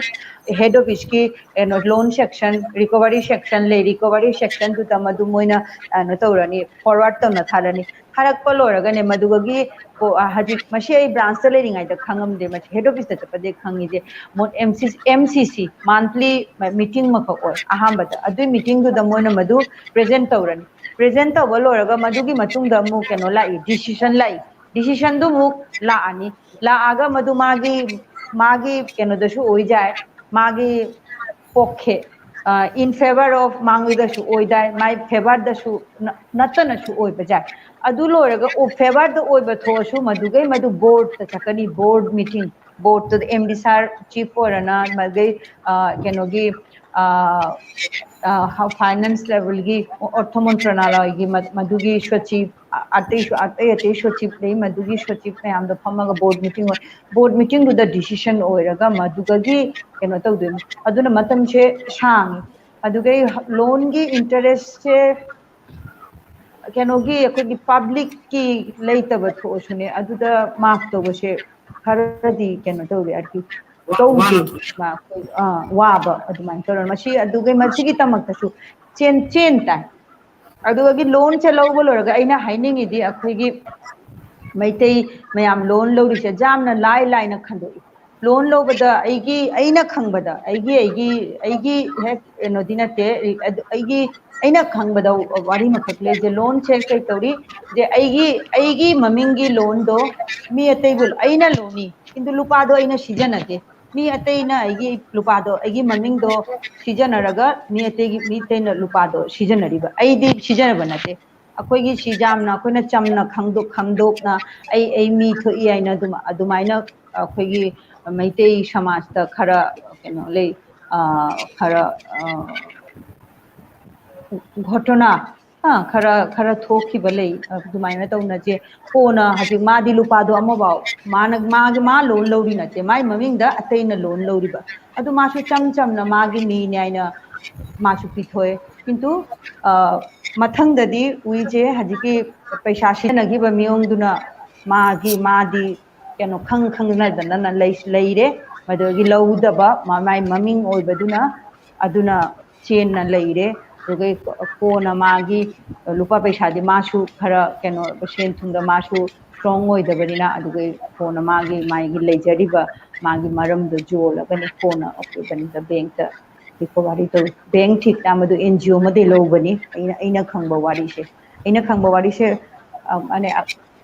मधुगी लमदो अखोइना लौबा थोपा ओबदुना अइना खंगिमिजे मदुमाइन तौना तौयाइन अदुना अखोइ अइना हाइजनिंगबदि अखोइ मेते नुपी नुपा पुनमक्ता अइना हाइजनिंगि मिसे सुमाइना अइगी केनो ओइरसु अइगी जामना अनक्पा अइगी रिलेटिव ओइरसु सुमाइना लोन से कनामबाउदा जाबिनु लोन दे अइगी ममिंगदा लोन दो अमना लुपादो सिजनरगा अमना लौबा अदुमाइन तौना लोन तौबिनु अगे अमखक वादी जे अखोइगी हजिकी लोन से पीबा लोरगा बा अखोइ चेक बांग अखोइ बोली अखोइ हाइजे चेक से वन काइंड ऑफ लुपा नाइना बांग बैंक ता पैसा थम्मिदो अदु सिग्नेचर मखक चे मचेक मत थारगा मदुगे पैसा गे अमाउंट तो इरगा दुमाइना पैसा लौथोक लौसिन जाय अदुगुंबा चेक तुसु मखादा सिग्नेचर दो पीबीरगा कनामबाउदा मदुगी चेक तु पीबिनु check हाइसे अइना चटलागा अइना पैसादो लौथोक्तोरिमि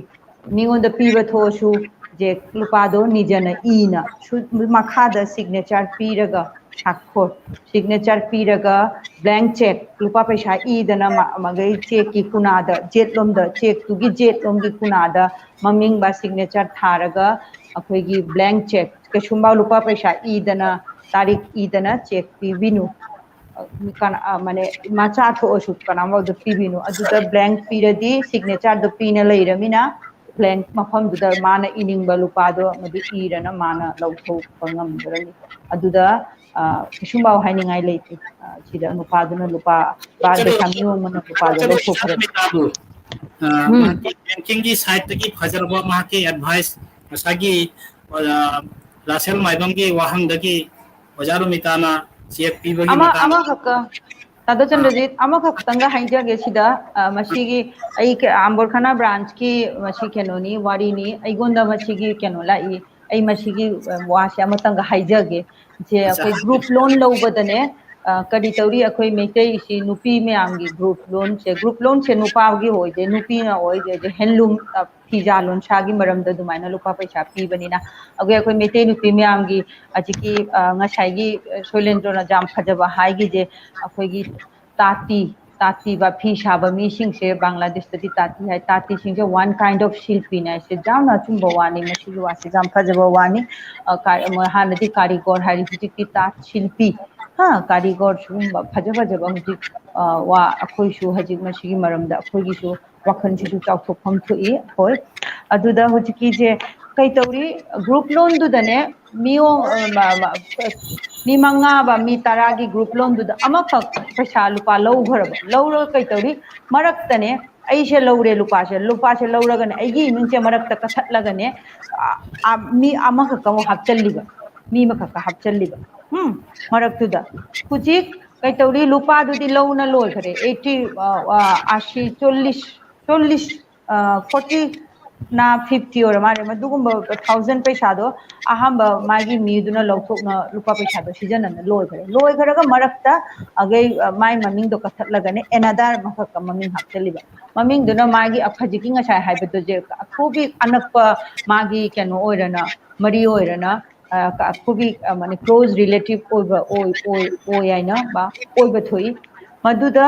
maming do hapchan ghare hapchan na huji keno tawre huji mai maming da huji leiraga haji mangonda huji mana di lupa nga sai gi do season ba po huji mangonda huji keno na bank na chithi thare nang recovery tawai wase ha huji ashigumba shu keno le ghotona thoi akhoi ete samashigi manida aduna mashigi maramda akhoi gi loan loba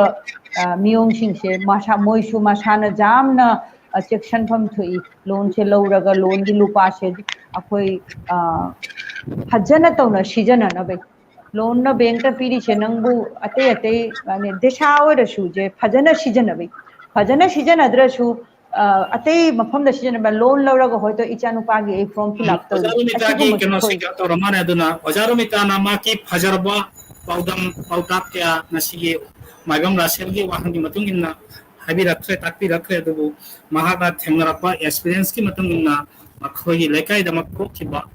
मी तो पामना loan लौर हारा दा आइगे मिंगलो आइगे लमजोम ताखे हाइबसे असी एखोई बांग्लादेशी मेते खुनाइदा अनि सुरत थलक तबु ओइसनु हाइदुना आइना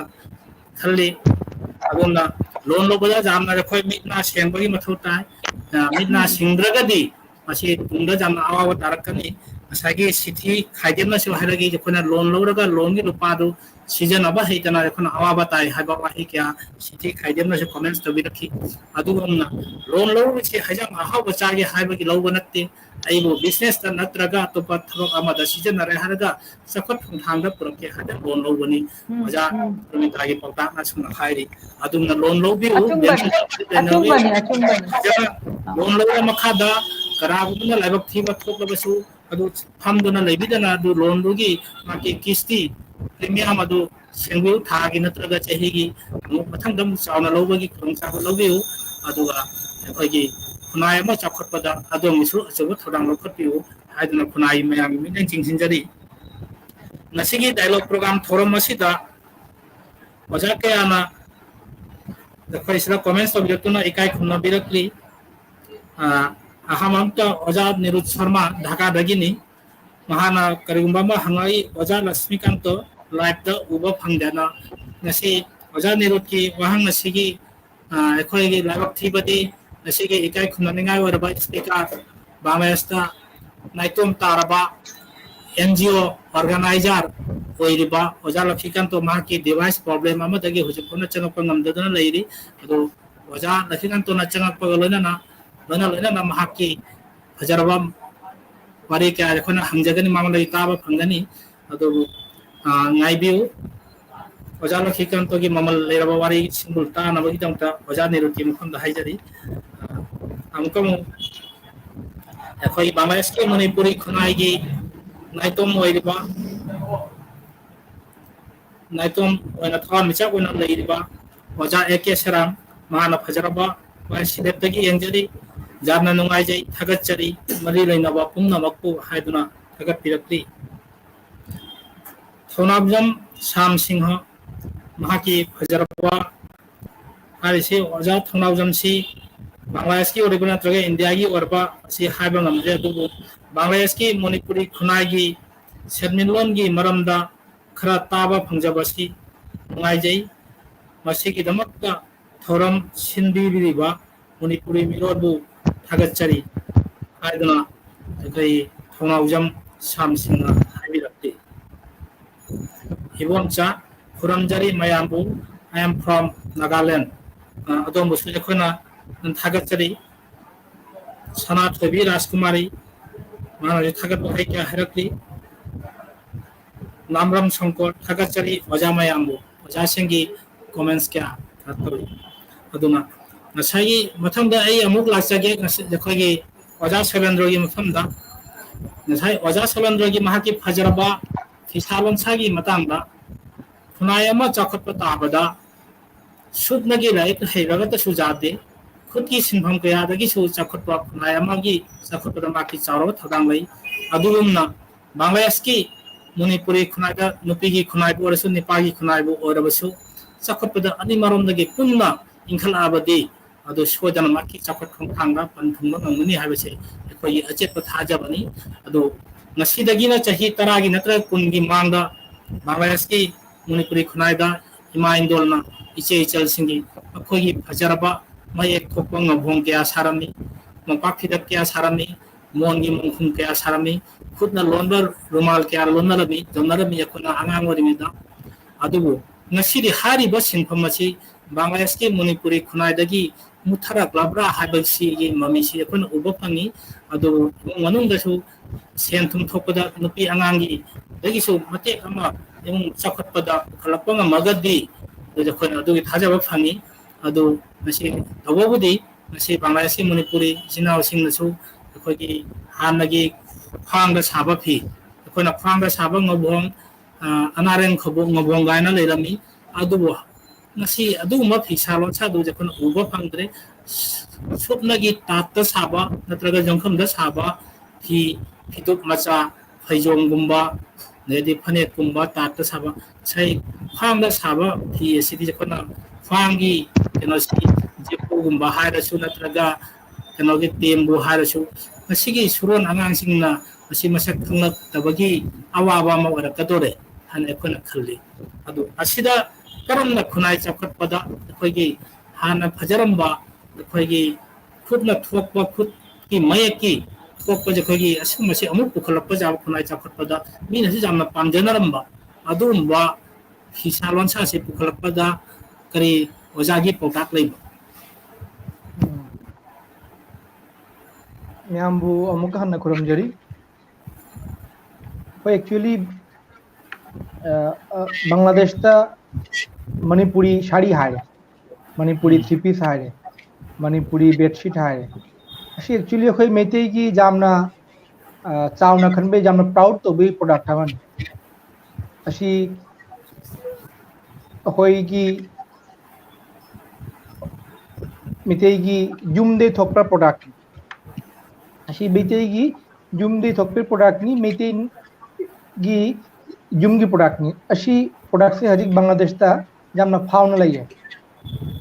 आईगी example आईगी just real experience हम share करके slate metropolitan city सिदा मेतेना ओनरशिप ओइबा फीगी अफबा दुकान में सिलेट मेट्रोपॉलिटन सिटी दा लाइते बट मेते फीगे मेते की मिंगदा बांग्लादेश ता हजिक सु सर्वाइव तोरी and at present it's a very good clothing product नहीं तो अशी का गेप में लई रे कोई ना फीजे शारे फीजे ब्रांडिंग तोड़े बट फी की प्रॉफिट से कोई ना फंग दरे फी की प्रॉफिट से कोई ना फंगम दरे अशी जो कोई kan कोई ama social gap ta lei aduna अशी gap te tholak pe tara de कोई हुजी individual unit ना कोई individual mak na khara fisha दुमाना तौदना आईगी ऑब्जर्वेशन ददी समिति है बांग्ला ना हायरे समिति इंग्लिश ना हायरे एसोसिएशन तौरगा और कंपनी में बिल्ड अप तौरगा असी मियाम ना इन्वेस्ट तौरगा सी प्रोडक्ट से अखोई की आइडेंटिकल प्रोडक्ट नी असी प्रोडक्ट से अखोई ना शानी अखोई ना जोनी अखोई ना रिप्रेजेंट तौनी अदुगुम्बा थौनामा तौरगा सी प्रोडक्ट से हिंगंता असी प्रोडक्ट से हिंगददी मेते अखोई की आइडेंटिटी क्राइसिस ता तानी मेते अखोई की आइडेंटिटी क्राइसिस ता तानी इवन अखोइना पीङैदा जुमदा फांगदा शाल साय फनेक साय हुजिक फनेकती नायांगोस्ते शारगा खुंदा ठेला ना चलागा जोल अशी जो होगी लुराबा आइडेंटिटी क्राइसिस मानी कड़ी की असमाना ओरिनो अशी कारण अशी की कॉल्स आइना आईगी ऑब्जर्वेशन दे होगी प्रोडक्ट कॉस्टिंग ले अखोइना फनेक मा शारगा दुगी प्राइस 400 500 ता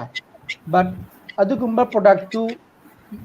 अखोइगी नॉन मेतेना शारदे दुई प्रोडक्ट तो अखोइ चनी ना जांगे ना फंग अदु me hai je okoi di basically always we are try to find the cheapest product okoi mamanda khara oijana batam na okoi ohongba product thi aduna okoi gi female mana okoi gi mete okoi gi iche mayam da ima mayam da indon mayam da line up ba khutta ability tuga aduga modern technology का fusion तो होता है अदु मायना तो रगा कोई की मिते की फिशालों सा जे इंगंता है because product ama ina 450 pina lai ngamedi chani jange pina lai ngamedi adu product pe cham jange pina lai ro aduna koi ki fi je koi ki share hai na share ke to जा रहा है ऐसे का technology का कोई का adjust होता है aduna tana koi ki hai tare koi ki khun me am da koi ki social organization me am lai social organization me am de jo shi ka khun me am da message ma pita तो कोई ना product sari जैसी कोई product नते ऐसी कोई की heart नहीं ऐसी कोई की प्रोडक्ट नते बांग्लादेश की नॉन मेती अमादा मेती फी जे प्रोडक्ट अमानी फी अमानी यते क्या सुनते बट कोई की मेती दा दिया सी फी तनते ऐसी कोई की जुम की प्रोडक्ट नहीं ऐसी कोई की हार्ट नहीं अदुना ऐसी हिंगन्ना बा कोई होनता ऐसी हिंगन्ना बा होनता ऐसी हिंगन्ना बा की कोई डिफरेंट अप्रोच ले कितंग मांगदा कोई की मशक नाइबा बांग्लादेश कृषि बैंक की एफपीओ बा चेन हाईगी ग्रुप ओइना लोन जलोता मथन लाख लुपा लाख में इन्वेस्ट तो ngam मी मांगा ना लुपा लाख में इन्वेस्ट तो रगा ग्रुप कम्युनिटी में शेमगा कोई अदुगा इन्वेस्ट होता है अदु नतनजु कोई की फिशा नतनजु मेते गियाते हैंडक्राफ्ट कोइना हारे हानंगे दे सुनारी दिजु हाना सिलेट ताहायु सिलेट गुम्बा मुली बदल गुम्बा जेकुनो मफम दजु मेते ना हाना डोमिनेट ओइन ले दम बट हुजिकता मेते गी अखोय गी खुद फबा एक्सपर्ट अजाम याम खुंदले बट सिलेट मेट्रोपॉलिटन सिटी दा मेते गी अफबा सेल्फ पॉइंट में लेते अफबा दुकान में लेते अदुना ay angkam handana hai dini ashi ji khoi ki point out होता है product khoi ki ni ming jo khoi ki ni loipun me khoi ki ni but aduga khoi ki representative khoi ki represent le ekta aduga khoi ki benefit le ekta khoi na hojik le je worker se be le si worker se be le je ashi ke thok लगता है khoi na sari product तो adu product के benefit लो ना होता है benefit फंगददी जहां पोचो जन माक आस्ते आस्ते डेमोलिश रखनी अदु नतन जुआइना हुजिक मामोगी क्वेश्चंस था राजू मेतेगी सोशियो इकोनॉमिक प्रॉब्लम लो नाई की खरा ऑब्जर्वेशन ले सोसाइटी अम्मा हिंगबता रदी सोसाइटी की बेस खरा ले सोसाइटी की हार्ट थी और नहारोन नी अकोई बांग्लादेश ता यूनिवर्सिटी तम्मबा पब्लिक कॉलेज ता तम्मबा प्राइवेट यूनिवर्सिटी ता तम्मबा स्कूल कॉलेज ता तम्मबा कोई की अखोई जूनियर इनावले सिस्टर्स में हमले अखोई बांग्लादेश की मिते की अलिंग बग स्टूडेंट ऑर्गेनाइजेशन में लेते अखोने पीइंग इदा स्टूडेंट ऑर्गेनाइजेशन मिंगानी हम तारमी हुजी को चिक्ता ऑर्गेनाइजेशन बुद्धि लई बट एक प्रॉब्लम में मिते कम्युनिटी की प्रॉब्लम में तारक पदा फेस तो नबगी अलिंग ऑर्गेनाइजेशन अईना उबदा अदुगुम्बा अलिंगबा ऑर्गेनाइजेशन लेते अदुना होई अलिंगबा ऑर्गेनाइजेशन की मथौदारी not only student organisation we also need research organisation society अम्मा हिंगबा तारदी अखोइना हाइरी अखोइगी हानंगैदा जुमदा फिशारमी जुमदा अखोइना अखोइगी दे अखोइगी बांग्लाना हाइदा अखोइगी नित्य प्रयोजनीय बा डेली नीड्स प्रोडक्ट कोई जुम दशारमी खुजी अदु कोई मार्केट ते लेइरा अदु का कड़ी गैप ले रिबा अदु गैप से कोई की सोशल ऑर्गेनाइजेशन दे अदु की फाइंड आउट तो होता है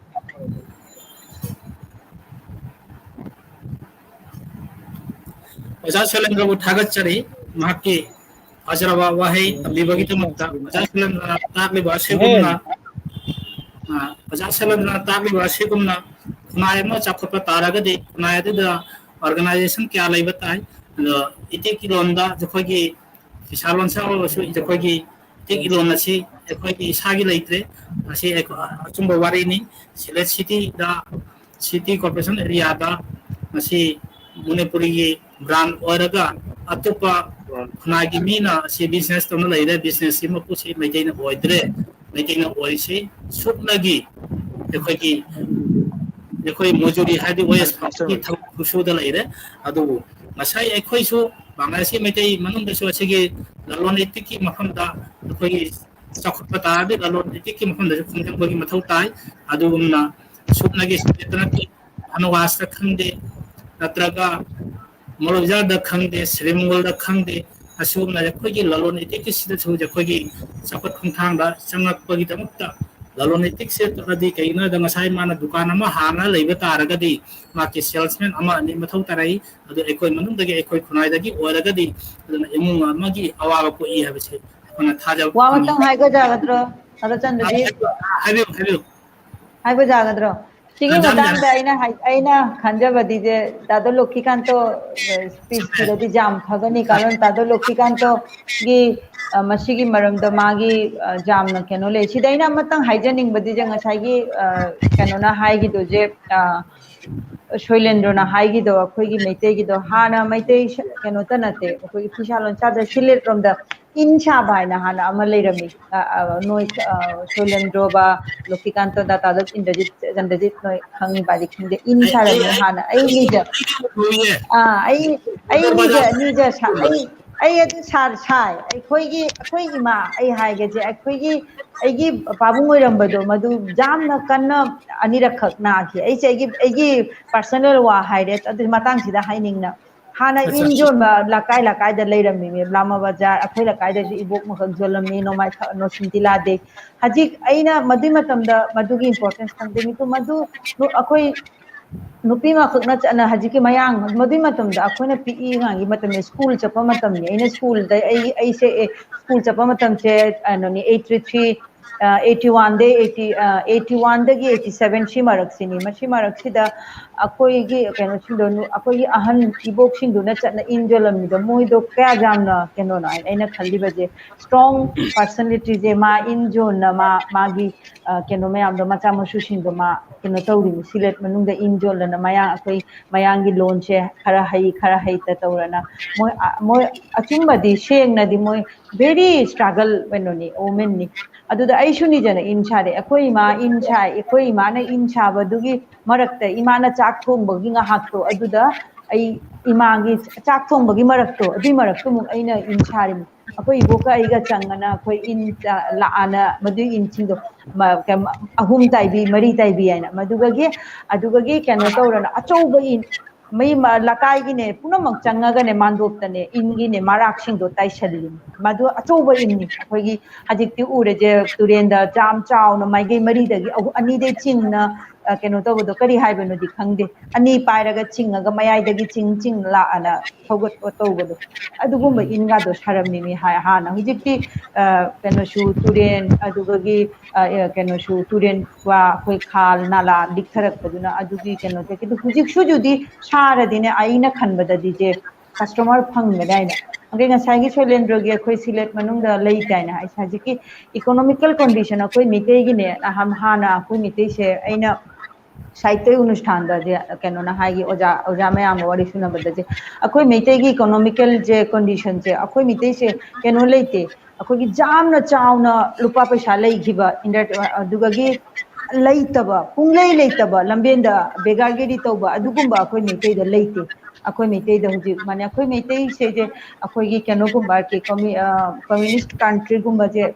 अचो जामना पैसा लेबल पा पैसा द स्ट्रांग होइबा जामना लेबा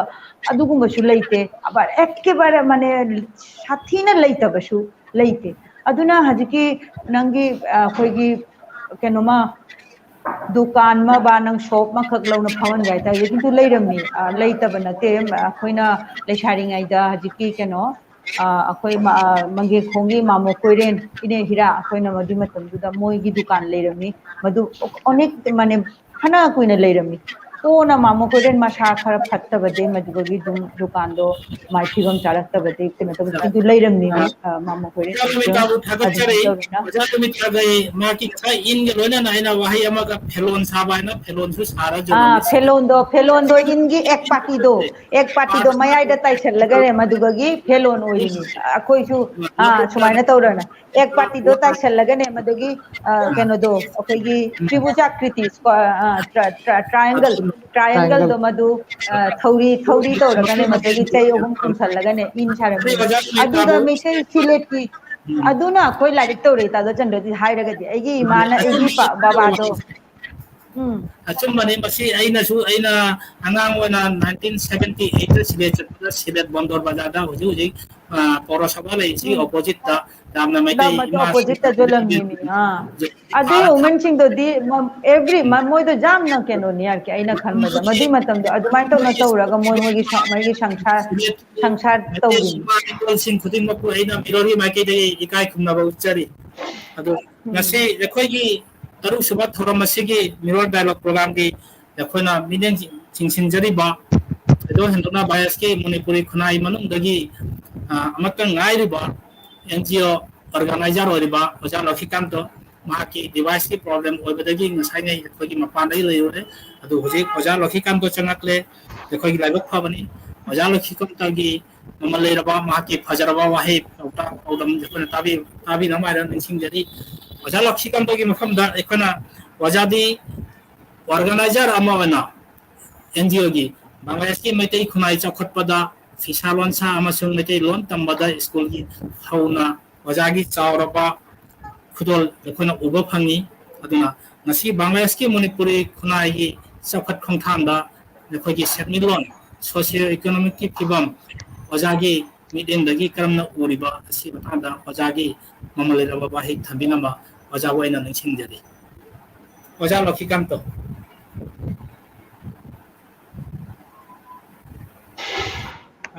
Mayambo Kurumderi Mayam Nangakina Kali Aina Aigi was it Tabi Valerium Takira Dipagani.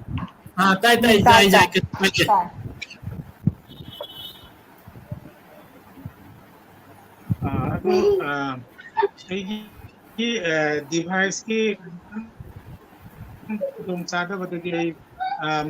mang di ba kuno jo itaba ki kudong sa pamudre aduna tana egi device ki kino sitra problem oy bana isang manam da ba kitama mayam da so yasi nakpi na na khalli do nasigi topic si jamna maru oy ba jamna important oy ba topic ni aduna Manipuri mirror bu mirror ki Thobur Bamayambu Pena Jamna no Lukana Takatari, Amatun Ega Asida Varisana Buddha, Sikimatanga Dialogue, Asida Saruja Bibo, the Puki Bankara Masun, the Puki Bangladesh Jamna, Miam the Kangi, the Yoba, the Puki Ojarumita, Amasun, the Puki Bangladesh, Gopen Koleski, Assistant Professor Sheilendra Buzu, Pena Jamna. Meski kepolisian baru berasal dari kerana jadi community energy, group energy, apa lagi ni yang betul betul sesuatu jadi summit yang seperti mungkin berpotensi itu yang ada seperti jadi Meeting summit yang di matang mungkin kita fokus itu jadi kita cakapkan dari mana ya dekali malam di pergian mana ada mata mama ada pergi meeting nampak pergi Sylhet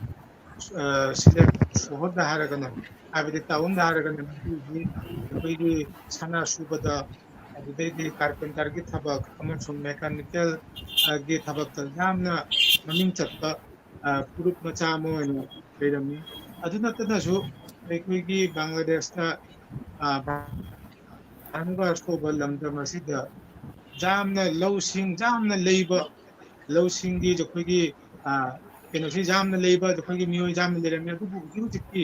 ꯃꯇꯝꯗꯗꯤ ꯑꯩꯈꯣꯏꯒꯤ ꯚꯥꯅꯨꯒꯥꯁ ꯂꯩꯄꯥꯛꯇꯁꯨ ꯃꯩꯇꯩꯒꯤ ꯃꯅꯨꯡꯗ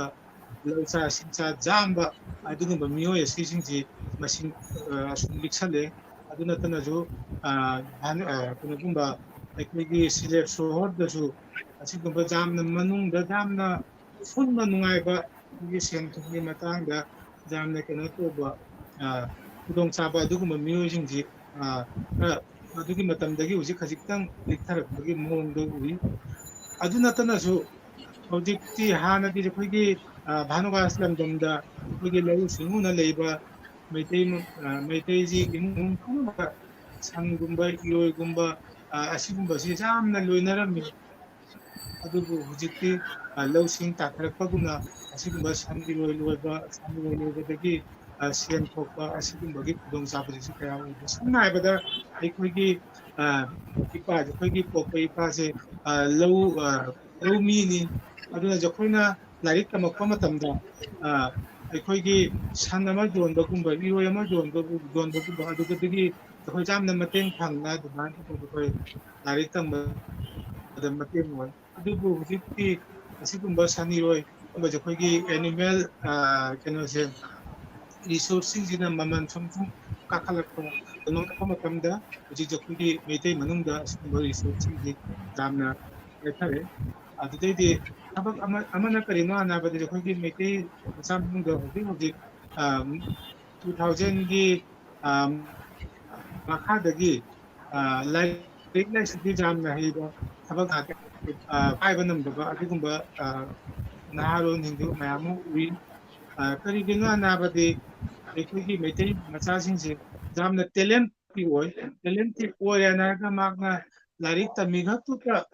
ꯇꯝꯕ ꯑꯩꯈꯣꯏꯒꯤ ꯂꯥꯏꯔꯤꯛ ꯇꯝꯕꯒꯤ ꯃꯄꯥꯟꯗ ꯑꯇꯣꯞꯄ ꯁꯤꯟꯒꯨꯝꯕ ꯑꯩꯈꯣꯏꯒꯤ ꯀꯣ ꯀꯥꯔꯤꯀꯨꯂꯝ ꯑꯦꯛꯇꯤꯚꯤꯇꯤꯁ ꯍꯥꯏꯕ ꯇꯥꯏ ꯑꯁꯤꯒꯨꯝꯕꯁꯤ ꯋꯥꯠꯄꯅ ꯂꯥꯏꯔꯤꯛ ꯈꯛꯇꯨꯗ ꯇꯝꯃꯦ ꯍꯥꯏꯔꯒ ꯔꯤꯖꯜ ꯈꯛꯇꯨꯗ ꯐꯔꯦ ꯍꯥꯏꯔꯒ ꯍꯧꯖꯤꯛꯀꯤ ꯀꯝꯄꯤꯇꯤꯁꯟꯒꯤ ꯃꯇꯝ ꯑꯁꯤꯗ ꯃꯥ ꯀꯣꯝꯄꯤꯠ ꯇꯧꯕ ꯉꯝꯗꯅ ꯑꯩꯈꯣꯏ ꯌꯥꯝꯅ ꯀꯩꯅꯣ ꯈꯨꯗꯣꯡꯆꯥꯗꯕ ꯑꯣꯏ ꯑꯗꯨꯅ ꯑꯩꯅ ꯍꯥꯏꯖꯅꯤꯡꯕꯗꯤ ꯁꯦꯟꯃꯤꯠꯂꯣꯟꯒꯤ ꯃꯇꯥꯡꯗꯁꯨ ꯑꯩꯈꯣꯏꯒꯤ ꯆꯥꯎꯈꯠꯀꯦꯅ ꯍꯥꯏꯕ ꯇꯥꯔꯒꯗꯤ ꯑꯩꯈꯣꯏ ꯄ꯭ꯔꯣꯐꯦꯁꯟꯗ ꯑꯁꯤꯒꯤ ꯄ꯭ꯔꯣꯐꯦꯁꯟ ꯑꯁꯤ ꯄꯤꯛꯏ ꯑꯁꯤꯒꯤ ꯄ꯭ꯔꯣꯐꯦꯁꯟ ꯑꯁꯤꯗꯅ ꯌꯦꯡꯉꯤ ꯑꯁꯤꯅ ꯆꯥꯎꯈꯠꯅ ꯌꯦꯡꯉꯤ ꯑꯗꯨꯒꯨꯝꯕꯗꯣ ꯀꯌꯥ ꯊꯤꯖꯤꯟꯗꯅ ꯄ꯭ꯔꯣꯐꯦꯁꯟ ꯄꯨꯝꯅꯃꯛꯄꯨ ꯆꯞ ꯃꯥꯟꯅꯅ ꯔꯦꯁꯄꯦꯛ ꯇꯧꯔꯦ ꯍꯥꯏꯔꯒ ꯑꯗꯨꯒꯤ ꯊꯧꯗꯥꯡ ꯑꯍꯤꯡꯗꯨ ꯂꯧꯈꯠꯄꯅ ꯑꯩꯈꯣꯏꯒꯤ ꯃꯩꯇꯩꯒꯤ ꯆꯥꯎꯈꯠꯀꯅꯤ ꯍꯥꯏꯅ ꯈꯜꯂꯤ ꯀꯔꯤꯒꯤꯅꯣ ꯍꯧꯖꯤꯛ ꯑꯩꯈꯣꯏꯒꯤ ꯁꯝꯅ ꯍꯥꯏꯔꯕꯗ ꯍꯧꯖꯤꯛꯇ ꯃꯩꯇꯩꯒꯤ ꯃꯅꯨꯡꯗ ꯅꯨꯄꯤ ꯃꯆꯥꯁꯤꯡꯗ ꯃꯩꯇꯩ ꯅꯨꯄꯤ ꯃꯆꯥꯁꯤꯡ ꯂꯥꯏꯔꯤꯛ ꯍꯩꯕꯁꯤꯡꯗ ꯕꯦꯡꯀꯔ ꯅꯠꯇ꯭ꯔꯒ ꯁ꯭ꯀꯨꯜꯒꯤ ꯇꯤꯆꯔ ꯑꯣꯏꯕ ꯑꯣꯖꯥ ꯑꯣꯏꯕ ꯑꯁꯤꯒꯨꯝꯕꯁꯤ ꯌꯥꯝꯅ ꯈꯪꯉꯤ ꯑꯁꯤꯒꯤꯁꯤ ꯑꯣꯏꯗꯕ ꯇꯥꯔꯗꯤ ꯑꯇꯣꯞꯄ ꯊꯕꯛ ꯈꯖꯤꯛꯇꯪ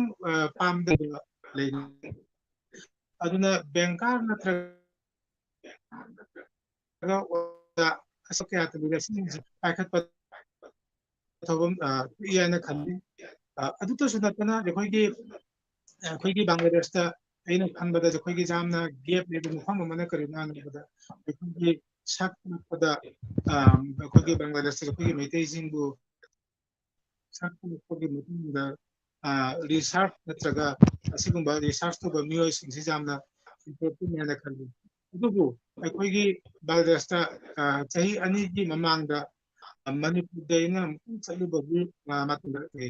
ꯑꯗꯨꯒ ꯑꯣꯖꯥꯁꯤꯡꯅ ꯑꯩꯉꯣꯟꯗ ꯍꯥꯏꯔꯛꯏ ꯕꯪꯒ꯭ꯂꯥꯗꯦꯁꯇꯒꯤ ꯌꯨꯅꯤꯚꯔꯁꯤꯇꯤ ꯅꯠꯇ꯭ꯔꯒ ꯀꯣꯂꯦꯖꯀꯤ ꯑꯣꯖꯥ ꯔꯤꯁꯥꯔꯁ ꯇꯧꯕ ꯃꯩꯇꯩꯒꯤ ꯃꯊꯛꯇ ꯔꯤꯁꯥꯔꯁ ꯇꯧꯕ ꯑꯣꯖꯥ ꯑꯃꯇꯪ ꯊꯥꯕꯤꯔꯛꯑꯕꯗꯤ ꯑꯩꯈꯣꯏ ꯃꯅꯤꯄꯨꯔꯗ ꯁꯦꯃꯤꯅꯥꯔ ꯑꯃꯒꯤ ꯑꯗꯨꯒꯤꯗꯨ ꯌꯥꯝꯅ ꯈꯨꯗꯣꯡꯆꯥꯒꯅꯤ ꯍꯥꯏꯅ ꯃꯣꯏꯅ ꯌꯥꯝꯅ ꯍꯥꯏꯔꯛꯏ ꯑꯗꯨꯕꯨ ꯕꯪꯒ꯭ꯂꯥꯗꯦꯁꯇꯗꯤ ꯍꯧꯖꯤꯛ ꯑꯩꯈꯣꯏꯒꯤ ꯌꯨꯅꯤꯚꯔꯁꯤꯇꯤ ꯅꯠꯇ꯭ꯔꯒ ꯀꯣꯂꯦꯖꯇ ꯑꯁꯤꯒꯨꯝꯕ ꯑꯣꯖꯥꯁꯤ ꯃꯁꯤꯡ ꯂꯤꯛꯄꯗꯅ ꯅꯠꯇꯅ ꯍꯧꯖꯤꯛ ꯂꯩꯔꯤꯁꯤꯡꯁꯤꯒ ꯑꯁꯤꯒꯤ ꯔꯤꯁꯥꯔꯁ ꯑꯣꯏꯕ ꯑꯩꯈꯣꯏꯒꯤ ꯑꯁꯤꯒꯨꯝꯕꯒꯤ ꯊꯕꯛ ꯁꯨꯕ ꯀꯝꯃ꯭ꯌꯨꯅꯤꯇꯤꯒꯤ ꯀꯩꯅꯣ ꯇꯧꯕ ꯆꯥꯎꯈꯠꯄꯒꯤꯗꯃꯛ ꯔꯤꯁꯥꯔꯁ ꯇꯧꯕꯒꯤ ꯑꯁꯤꯒꯨꯝꯕ ꯊꯕꯛꯁꯤ ꯑꯁꯤꯒꯤ ꯃꯐꯝꯁꯤꯁꯨ ꯑꯁꯤꯒꯤ ꯁꯦꯛꯇꯔꯁꯤꯁꯨ ꯌꯥꯝꯅ ꯆꯥꯎꯅ ꯍꯥꯡꯅ ꯂꯩꯔꯤ ꯍꯧꯖꯤꯛ ꯁꯝꯂꯞꯅ ꯍꯥꯏꯕꯗ ꯑꯩꯈꯣꯏꯒꯤ ꯕꯪꯒ꯭ꯂꯥꯗꯦꯁ ꯃꯅꯤꯄꯨꯔꯤ ꯁꯥꯍꯤꯇ꯭ꯌ ꯁꯪꯁꯀ꯭ꯔꯤꯠꯀꯤ ꯊꯧꯕꯨꯔꯣꯏ ꯑꯣꯏꯔꯤꯕ ꯑꯣꯖꯥ ꯁꯦꯔꯥꯝ ꯅꯠꯇꯅ ꯑꯇꯣꯞꯄ ꯑꯩꯈꯣꯏꯒꯤ ꯄꯕ꯭ꯂꯤꯀꯦꯁꯟꯒꯤ ꯃꯇꯥꯡꯗ ꯑꯃꯒꯤ ꯃꯇꯥꯡꯗ ꯑꯩꯈꯣꯏ ꯂꯩꯇꯦ ꯑꯗꯨꯅ ꯑꯁꯤꯒꯤ ꯃꯇꯥꯡꯁꯤꯒꯁꯨ ꯑꯩꯈꯣꯏ ꯃꯥꯡꯗ ꯈꯔ ꯊꯕꯛ ꯁꯨꯕꯒꯤ ꯃꯊꯧ ꯇꯥꯏ ꯍꯥꯏꯅ ꯈꯜꯂꯤ ꯑꯗꯨꯗꯩꯗꯤ ꯍꯧꯖꯤꯛ ꯑꯩꯅ ꯍꯥꯏꯕꯤꯔꯤꯁꯤꯗꯤ ꯖꯦ ꯑꯩꯈꯣꯏꯒꯤ ꯁꯦꯟꯃꯤꯠꯂꯣꯟꯒꯤ ꯃꯇꯥꯡꯗ ꯑꯩꯈꯣꯏꯒꯤ ꯍꯧꯖꯤꯛ ꯑꯣꯏꯔꯤꯕ economic field hoy the mang the pati na bataradi akhoi maki quality gi maki matungina abak si paibam thoi merit lai su heira na ga tabak asigi tabak si tawning asigi tabak si tawning de ana asun gumna phamna leiba kaya sing si asigi si akhoi gumna phamna leitana tabak ama to pardana leitan tabak ama paibam thoi ana khali iduna tana su akhoi gi hojing hojik ki Bangladesh ki Sylhet sebabda leiribe meitai ima in mayam si leiri thabak suamata tawdana aina khanbadadi makhoi mayam hinjisu masudan bataradi family amada tha amada lupa samma to isu lising ama to ru adugi do contribute to guna madi adu khoi family amagi electricity ki bill to resu natragana जहाँ मतें पीबन number तारदी असिसु जामना खाना नाना खल्ले अदु बहिनो उबददी slate त खंगे भानुवास तसु खंगे जखोई नीति मयाम दे इमा इंडोन सिंग थपक अमत कसुम income generating activities अमत के इन्वॉल्व होइदना ओइबा खरादी ले नतब अमत लेतबदी नते अदुबु असिगुंबसि मसिंग जामनदी अइना हानिंबदी जिकी मतम की कंपटीशन की जुग असिदा mayamga jokhoi lamjenda tana bada jokhoi mayamga managana khanba taradi nipi nipa chap manana akhoi semilon gi thakta thawai changna changhan bam maji asi chang tangai fadrabana na khali aduna tabadi jokhoi laiba mangsida hoi ga su jokhoi tungda sota na na khali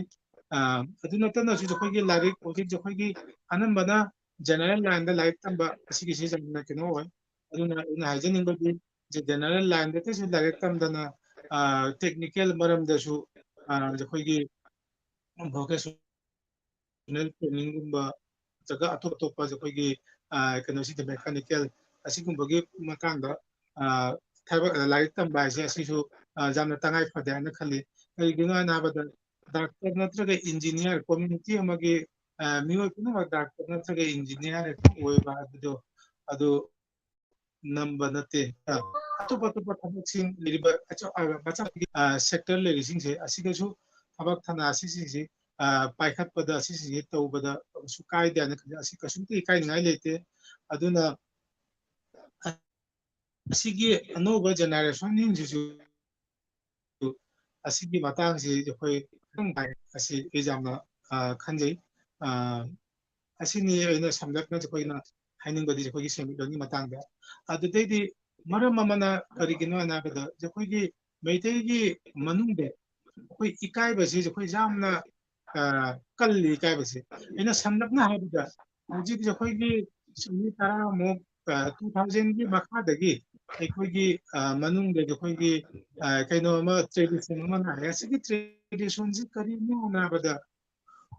luhongba khongjokba matamda akhoi ayungdagi jamna thak henba ani mana machanpi thadaba machanpa thadaba maki dubaina aisu hekta tawningba mane aigi asumta jaga duju ai ikai dagi baramna aigi lamma chetni libatara adugi du jungu yanaraga aigi mangda ayungdagi na senthum paiba adugi babina machanpa thadaba natraga machanpi thadaba natraga machanpa luhongba adugumna tawningba adugaidi tawdragasu lakai gi meeting na ngangna ningba asigi kanosi maki capacity ko matinina akoigi lohom khongjok manete ama nate asigi si tawbum thuya na khalli hojik amana karino na bada akoigi karigumba ahan basi butaradi adugi sorat aduda shraddha karma aduga mi karak papuna maki fi tam mane asigi leitaba mi amagidi yamna awaba oina thoi aduna asumba thaudu kaya tabgi badunda de jamne ikaya makumba gi kena da tawjaba na leiba adugi family dudi sora ma taba taradi luhongba ma taba taradi maki tawgiba aduga tawgiba kharcha adugi du gate tuma kena to fill up to bada chahi manga tarang 주막 남배. 어두나 아시군바 트레디션 조금 특별히 버스네 안든지 아시진지 같이 땅 하면은 정말 투이 그러기는 하나의 아와바 패밀리 카통데 서터벨리바 패밀리싱도 토이중도 잠네 뚱바 홀데서 와타다바 홀데서 코나토다바 아시기 마땅도 저저 카나네나 밤톡 마라나 이게 근데 칼리 아시네나 삼납나 하이즈는 वजाल लखीकन तो की फजरबा वहां के वाहे मया न तभी ब फंगिरे वजाल लखीकन तो का मरी लेना ना एना खतम है नि असागी लोंग खुंबो मदा अरई बना तवदो कोई लेतबा इमु अमन सदुगी मतौ तंबा असागी सियना बदा दोसा तारिबा इमु अरई बा इमु अमन तौरिबा अदुगी मतुंग इन लेतबा लाइरबा अमन सु तौरबदी अदुमा के जुमफम लेतबा तो लेजबा लम मते अमन नत्रगा लेजबा सनी रो जुम थोय हारका निमांगा इकाय आइदुना असी माइ तो दोसी मथे तौफादे हाइदुना आइसु हाइननि मणिपुरी मिरोरी माइकेतगी बांग्लादेश के मणिपुरी खुनाइबु बुगिरिबा वजा लाइग्रो सिंग मिदेन चिंसिंजरी असिना ngasi लेतबा लाइरबा इमुंग अमदा दोसा ताबा मतमदा असिगुमसे तौहनबिदबा हाइदुना अखोना मिदेन चिंसिंजरी अदुगा वजा लखीकांतोगी मफमदा इना करिंगमतंग खंजनिंगमना ngasi बांग्लादेश के मणिपुरी खुनाइ सेनलोंदे लाइक लाइसु चाखले अमसुंग साहित्यदसु चाखले हाइबदा हाइमन थोकवय अदुबु ngasi एखोना पामलिबा चखतबगी था सिगी जौरब्रा नत्रगा जौद्रिब्रा जौद्रगना क्रमाना करम बक्तिबम द लेरी करना लाको जाय चखतबगी था ngasi मलेंदा चखतपा बांग्लादेश की मणिपुरी खुनायमा चखतपदा करी करमना थदांगोर को जाबा असली बताना वजागी वाखलोन करी रेबी वजा लखीकांतो 오자부자는 다가처리에 시기 우한 시기들이 보내는 거 우한은 시기 우리가 오자천도지 부수이나 양는 다가때 에코이기 시기 마땅데 이나 하는 거지 에코이기 그룹 마차시 방글라데시 그룹 마차시기 오이고 머니푸리 커뮤니티지기 오이고 망데 저코이기 गोलमत जो कोई लेते हो जो मैं आमगी अपुन बा कोई से बांग्लादेश ले लिबा मिते या कोई करंबा थाक तो कोई आगनी करंबा थाक जो कोई की संदर्भ खुदम मोना बदा हुजे lady SDG sustainable development goal है सस्टेनेबल डेवलपमेंट गोल जी इंडेक्स खरा मोय फिक्स तो न थम असी की मांग द चाखे मिलेनियम डेवलपमेंट गोल है कोई की बांग्लादेश ले लिबा ऑर्गेनाइजेशन में संस्थान में जिन्हें पुल जो में जिन्हें पुल लेना रहेगा एक कोई की मेटे की अपुन ब गोलमा हमम थोक मा रहने था अली जो कोई चिंता कोई बांग्लादेश से मेटे से लाइट की थाक से कम थोड़ी अदुदेदी सेंबिट लोनी मतंग ना असी की थाक से का उभम थोड़ी अदुदेदी कोई की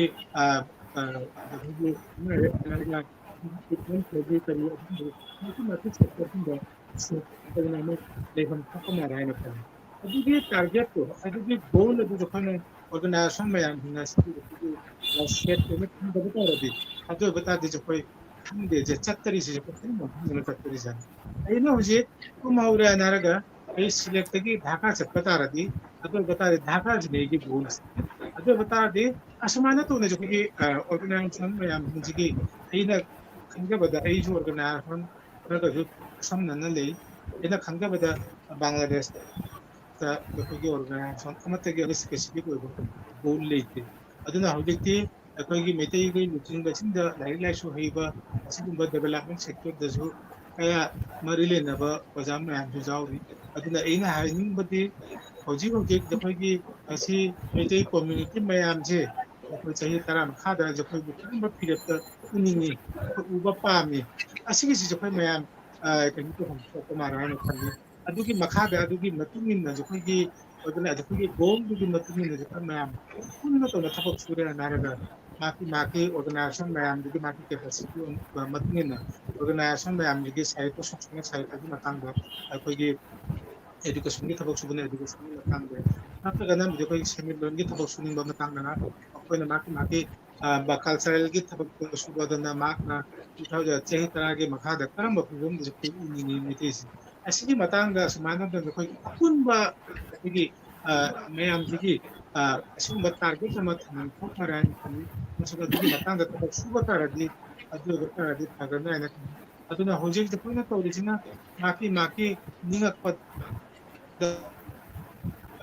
asigi se tawsamba jai smata de koi khalak pa de koi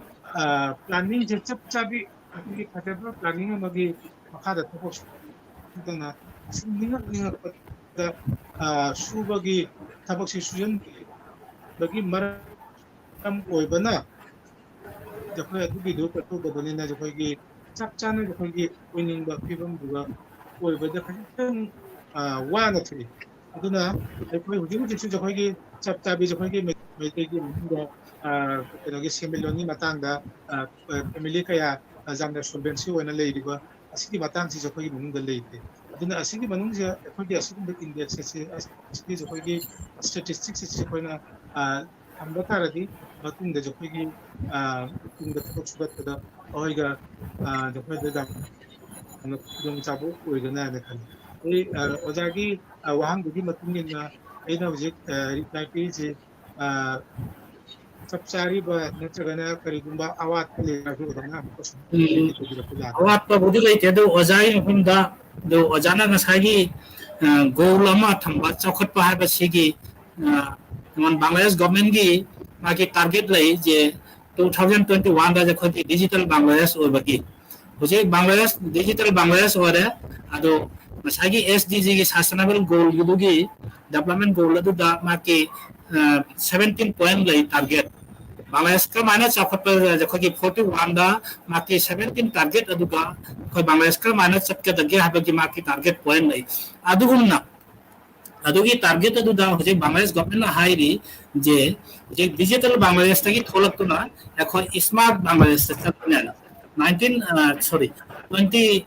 2041 ददी सोदना Bangladesh smart Bangladesh ओइरनी अदु बांग्लादेश की मणिपुरी इसिनाउसिन बांग्लादेश की मणिपुरी खुनासि सोदना नसि डिजिटल बांग्लादेश तगी थोलक्तुना एखो स्मार्ट बांग्लादेश ता खुंदारकने एखोछि एखो अचे पत्माजे बनी अदुगुना अजालो खिकांतोगी माकी पपा अदुगुना अजालो खिकांतोगी नैना करिंगो अमतुंगा चखपदा नसाई ओजादी नॉन गवर्नमेंट ऑर्गेनाइजेशन की ऑर्गेनाइजर अमा ओइना हुजी बांग्लादेश ता लेबा जखोई मसिंग दिक्लबसु जखोई खुनायसिदा अचुगुना एनजीओ सेक्टर दा कोई चखत खोंथांदा बांग्लादेश की मणिपुरी खुनाई चखत खोंथांदा हाइबे चखत ही सेमिलोनी मतंदा करना मु ओजाकी मिले नै करी उबी असिगी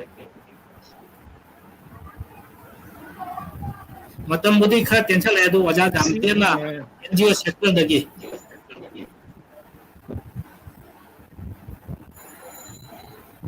असी समलपना हाइबदा एखोइगी ओजोजी जखोइगी ट्रेडिशन ओइबा जखोइगी मणिपुरी हैंडलूम मानाबसे असी बांग्लादेश ता अखोइगी सिदामना चावना जखोइगी मार्केट डिमांड लेबा सेक्टर अमन अदुबु यामना नुमाइतब वाफम अमना करिगिना नाबदा एखोइगी हुगे होरेइबा नुकी मतासिन नत्रगा इमा इंडोनसिन असिगी सेक्टर असे थबक सुबदा खजितंग इसाबु खजितंग हंदाना जिबगी वाखनदा उमाराना सेगी वाखल अदुगा एखोना चपचानी तोना असिगी हैंडलूम सेक्टर असे डेवलप रेंगर नंबर तारदी अदु बतारदी असिगी सेक्टर सितता यखोई बांग्लादेश की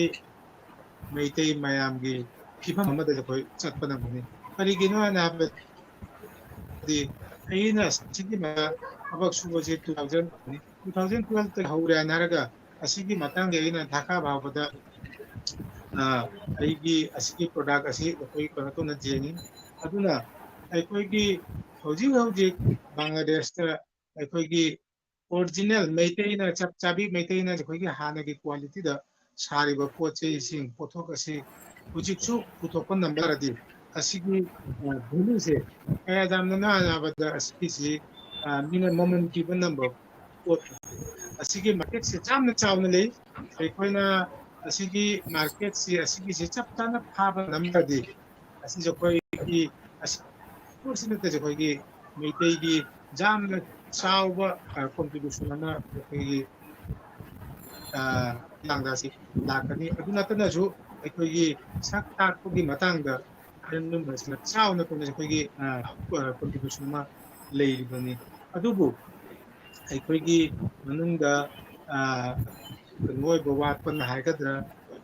ꯈꯖꯤꯛꯇꯪ ꯀꯩꯗꯧꯔꯤꯕ ꯑꯁꯤꯒꯤ ꯀꯩꯅꯣꯁꯤ ꯄꯥꯎꯁꯦ ꯆꯞ ꯆꯥꯅ ꯀꯩꯅꯣ ꯇꯧꯕ ꯉꯝꯗꯦ ꯈꯖꯤꯛꯇꯪ ꯑꯩꯈꯣꯏꯒꯅ ꯈꯪꯗꯕꯅ ꯍꯥꯏꯒꯗ꯭ꯔꯥ ꯀꯔꯤꯅꯣ ꯑꯩꯈꯣꯏꯅ ꯑꯁꯤꯒꯤ ꯑꯩꯈꯣꯏꯒꯤ ꯍꯧꯗꯣꯔꯛꯄꯗꯒꯤ ꯑꯩꯈꯣꯏꯒꯤ ꯃꯩꯇꯩꯒ ꯁꯥꯒꯣꯟꯅꯅ ꯂꯥꯛꯄ ꯑꯁꯤꯒꯤ ꯁꯦꯛꯇꯔ ꯑꯁꯤꯁꯦ ꯑꯩꯈꯣꯏ ꯍꯧꯖꯤꯛ ꯌꯥꯝꯅ ꯆꯃꯝꯅꯕꯅꯗ ꯂꯩꯔꯦ ꯑꯗꯨꯅ ꯑꯩꯅ ꯍꯥꯏꯖꯅꯤꯡꯕꯗꯤ ꯑꯩꯈꯣꯏꯒꯤ ꯃꯩꯇꯩꯒꯤ ꯑꯁꯤꯒꯤ ꯁꯦꯛꯇꯔ ꯑꯁꯤ ꯀꯔꯤꯒꯨꯝꯕ ꯈꯖꯤꯛꯇꯪ ꯀꯩꯅꯣ ꯇꯧꯅ ꯃꯥꯡꯗ ꯆꯠꯄꯗꯤ ꯑꯁꯤꯁꯦ ꯑꯩꯈꯣꯏꯒꯤ ꯁꯛ ꯇꯥꯛꯄꯇ ꯅꯠꯇꯅ ꯑꯩꯈꯣꯏꯒꯤ ꯁꯦꯟꯃꯤꯠꯂꯣꯟꯒꯤ ꯃꯇꯥꯡꯗ ꯌꯥꯝꯅ ꯑꯩꯈꯣꯏꯒꯤ ꯃꯥꯏ ꯄꯥꯛꯄꯒꯤ ꯀꯩꯅꯣꯃ ꯂꯩ ꯑꯗꯨꯅ ꯃꯁꯤꯒꯤꯁꯦ ꯃꯌꯥꯝꯁꯤꯡꯅ ꯈꯖꯤꯛꯇꯪ ꯑꯦꯇꯦꯟꯁꯟ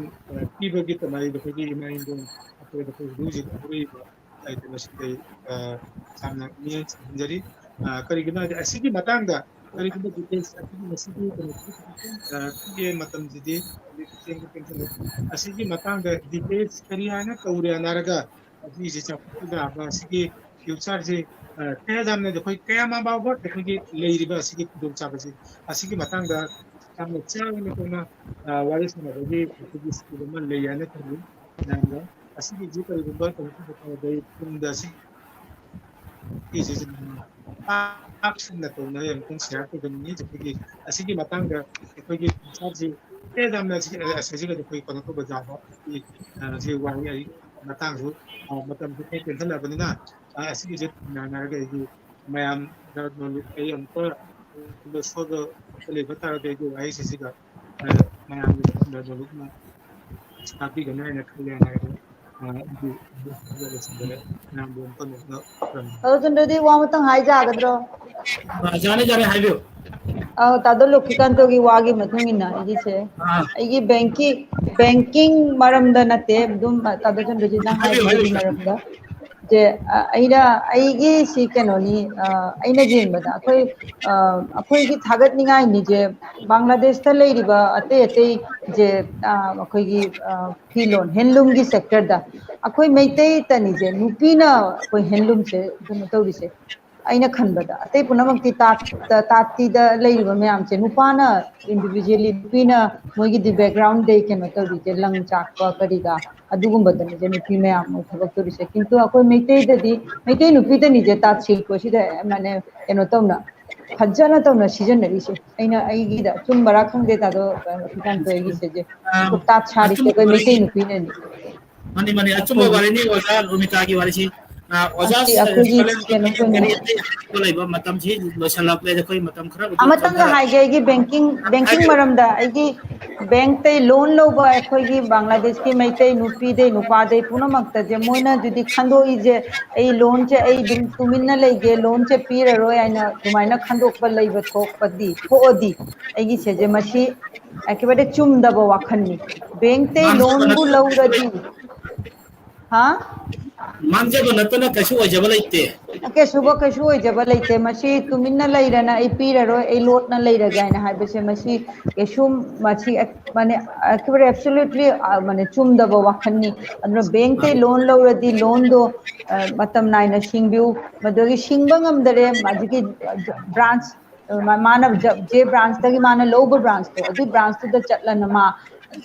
दुम ꯍꯥꯏꯖꯧ जुगा जुग तो कंटिन्यू हाइजौ खोचौ जे इस माइन तोरे अगे था खुदिंगी माना ngamdrasu अगर अमह कवाजे अखोई मीते सिंग मैते मयाम जे डिपॉजिट पैसा लुपा जमाई बगी खैतंग वाखन आई दिन दा लुपा चामा इनकम तोरे लुपा जांघई मना आई चागे कुन मना आई डिपॉजिट तौगे जमाई गे आई लोन दो सिंगना बाइना लोन लौरगा लोन दो फजना सिजनबिउ सिजनब ngam uradi loan do लौबिनु लोन लौदना अखोई हाने इपा इपु पुनमुसु लोन लौदना फजना तौना समाज से चलाइना मचा मसु लाइक हेन लाई अदुना लोन से फजना तौना सिजनबा हैगनी ngamgani हाइजर लोन से लौबिउ अदुना तदी लोन लौरना अगदगी केनो तौरना बैंक माबु थीरना बैंक माबु चार्जशीट पीरना बैंक माबु खाना चटपा दुगुम्बा समाज इकाइबा कया मा अदुगी मा कनो तौरोय उनरोय इकाइबा मयामदो अदुगुम्बा मयामदो तौरोय हाइना खल्लना लोन लौगदबा ओइरदि लोन दो फजना सिंगिउ गे ngamoidaba already loan do lobinu lauradi properly singdu achine igiwa loan lobo mayam bank ta loan lobo mayam Hamna loan Laura loan सिंगियो दो आइना मु kasi singdu oja kagi wari siga supplementary wana loan bu lauraga loan bu matik sana season bi na haraga season of adugi senthong adugi aduna rekhoi senthong phangakpa aduna adu loan adu sindiru amasa adun lehori aduna igi capital hanbiu hana hajaningi oja Sheilendra Oda dada to oda Lakshmikanta da igi request oda Lakshmikanta di akhoi Manipuri Maitai Samaj se launa hudi thabak jamna cha khot pat paikhat lamina aina request tawningi di je akhoi gi handloom sari ba akhoi gi nupi miyong se mayam da ne akhoi kenoma kha akhoi gi business to ba nupi mayam su leiri ba phi sajron chale masina somiti matang ne moi bu sem na jaba moi gi mane kenoma yam tati mayam gi moi gi ekta noma kha sem ba foundation ba akhoi gi committee ma somiti ma sem ga ne moi bu kamai na tawrana keno to ba se akhoi gi rupa paisa da kamai na invest to gani kai to gani adugum ba workshop ka kitang keno tawradi ne identify kamai na to ni kari to ni adugum ba kitang workshop ka to na moi bu hari wa wahang ase asi Aski Manipuri nupi khunai da handloom haibadi jakhoi nasaju hai se jakhoi handloom subasida akok khunai da di para sui jakhoi Manipuri khunai da di mekai da di subna gi mekai nupi khatna ima indol che chel khatna sui hari ba ima indol segi jakhoi fisalan sa suri ba tati bu hara su tati samiti bu hara su asigi senpham ama semba jaba ama sung asigi apunba organization ama semba jaba kudung chaba kari lego ojagi medeng dagi oja Lakshmikanta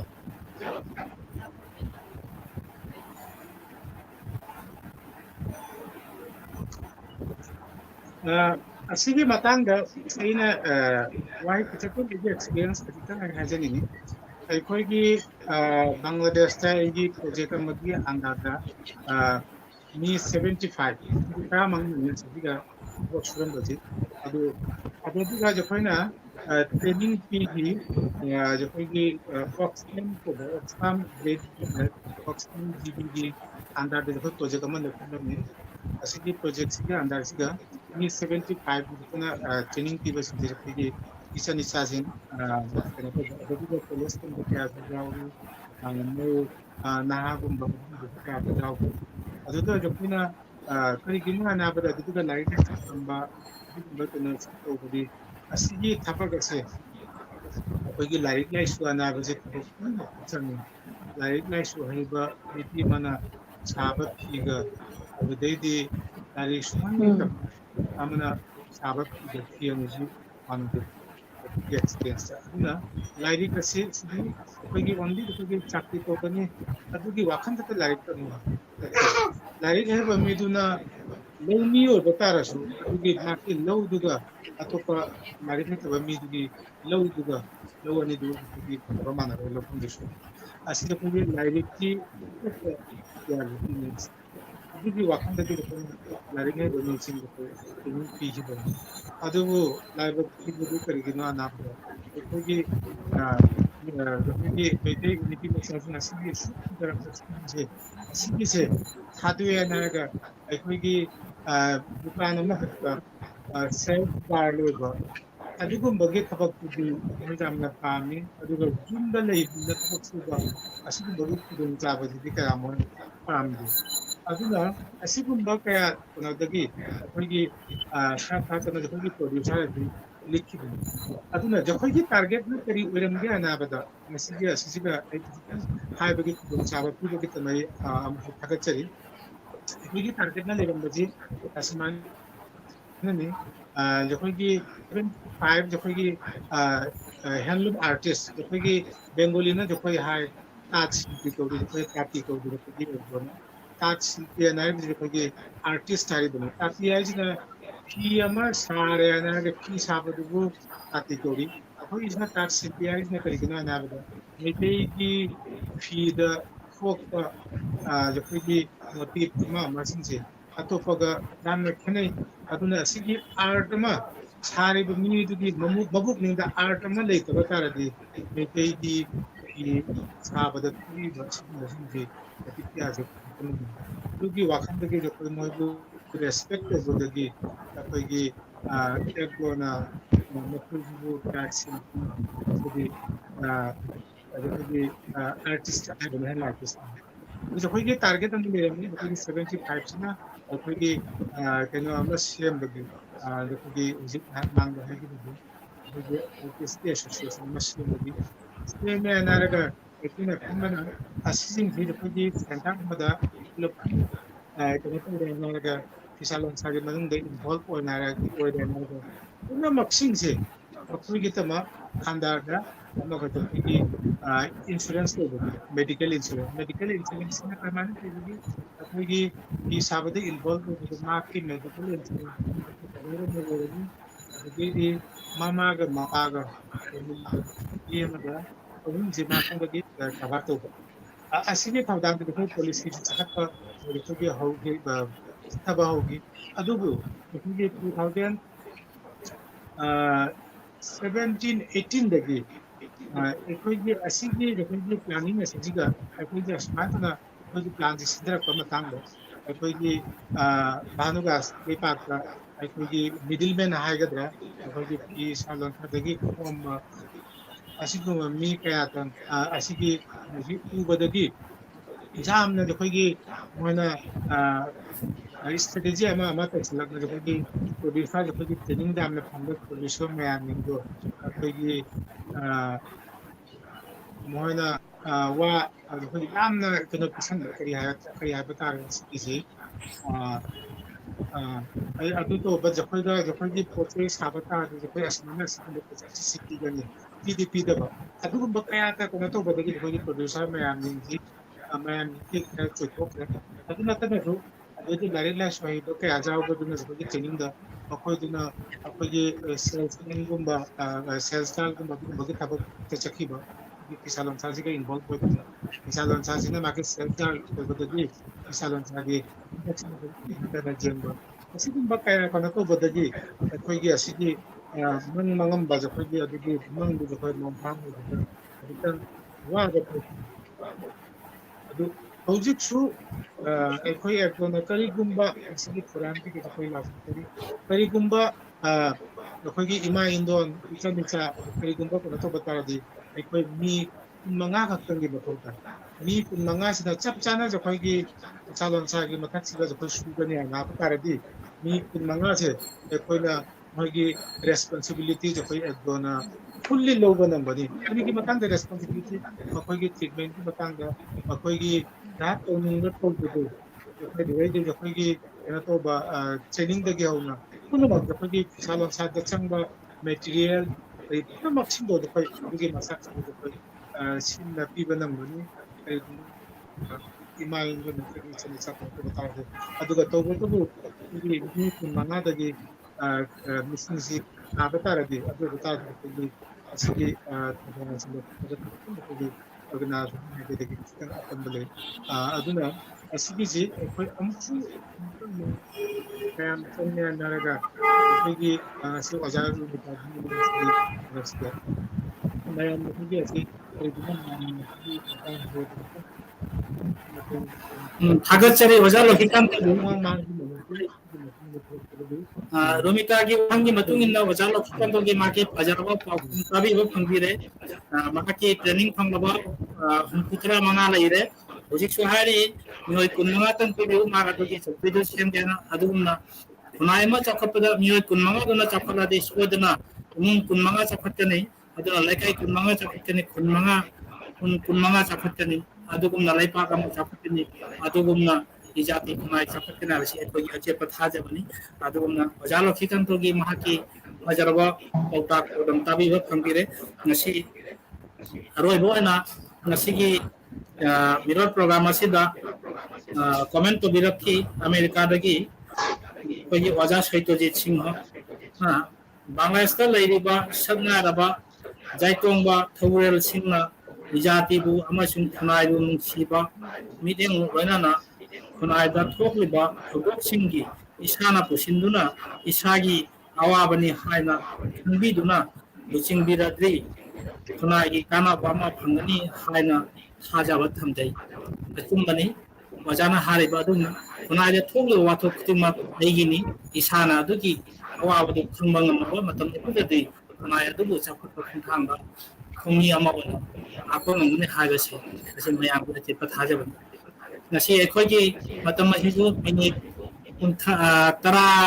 दोय तरा मरि गम हेंजलते कोना खनागी वादुबु वजाल लक्षिकांत ना मा की device problem ओबदगी थेंग चंग खिबना अदु हारिबा बिहवार अमति ताबिरबा खरिन मक्ति मुफम देना नाकिनमा हाइना मालुना निसिंजरी हम हेन एगितमता नसी वजा सेलेंद्रगी करिंगमते हाइनिंग सप्लीमेंटरी लेरिबा आइना वजा नत्रदे जखोगी थोरमसी लोशनबगी बता लोशनबगी ममो ममो बहन नंगम खुरमजरी ममोइना अखोगी सोशियो इकोनॉमिक प्रॉब्लम दा अने उबदा की प्रॉब्लम मसामा अइना फाइंड आउट तो बद होगी नते की सोशल प्रोग्राम द होगी पुंगजेबा विशेषकपा असिजु हजिक खरा वाथरे हजिक लेरिबा ओजामे मोइना हजिक हजिक रान तोड़ी Moina in the near future the Moina ngam matam da si ran to gada mi di hजिक pasale adu aina dum aduga ahanning wari chana badaina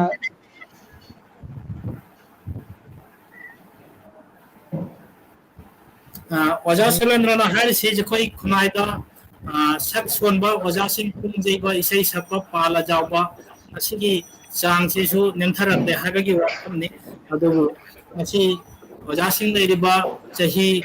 हुमफोगी मथक कारबा पुंजेबा इसै सपा वजारल के आलैबसना करिंगवा थुक तारगदी अखोगी चलिबा लाइनिंग लिचत असिगी मतुंगिना जखोई खुनागी लाइनिंग चत्ता जखोगी सक सोनबा हाबसी पोकपदैना सिबा फावगी मनुंग चंगबा लाइसोन कया अखोगी theorem कया नाती चतबी कया आसी पुंगी सै चनै अदुगु लाना थोरम कया दा सिना तोई दो असवासिना थुक खगदी सोदना अखोगी अवाबा मवरकनी हाबसीगी पौदम जे सुम वजा सेलेंद्र तापनी अदुमना इना सो हाइजतिंगी मसी नायमा हिंदा पाबे सुबगी लाइव हेरगा जादे हिसालोन सा पुंग इसै जगोय इना हाबे सुदना ए इना सु तखपता अदुगुना तुंगदा सुरन हरकदोइबा खुदिमक्तसु पुंगजेबदा इसै सकपदा पाला जावबदा इकाय नाय लेते अदुना जखोयगी ngसागी वजा लक्षिकांतना सो हाइखि वजा रुमिताना जागी सिनफमदा इकाय नाय लेते चावबा पिकपा अफंबा थबक अमा सुगदबनी खुनाय दुमा इमुंग मनुंगगी सफत मगिदमक्ता महाना थबक खुंदना लयदी बेकार वइना लयबा तारगदी अदुना हेना अवाब ओय द गवर्नमेंट सर्विस नत्रे एनजीओ सेक्टर दा एनजीओ सेक्टर नत्रे प्राइवेट सेक्टर दा क्यामा थबक लई अदुगुमना मसी जखना तमुबा लारिक अदुगी मतुंग इन्ना हाबदी टेक्नोलॉजी दा तमसु टेक्निकल साइड दा तमुरबसु मेडिकल टेक्नोलॉजी दा तमसु साइंस टेक्नोलॉजी दा तमसु अदुना माना तमुरबा अदुगी मतिक चावा थबक अदु चंगना मगि हनबा चावा पिकपा फम चावी नत्रगा फमपी हाइबा सिदा लेतना असनागी वजालो खिकांतना हाइबा जखोई नुपी की थबक सिंगसी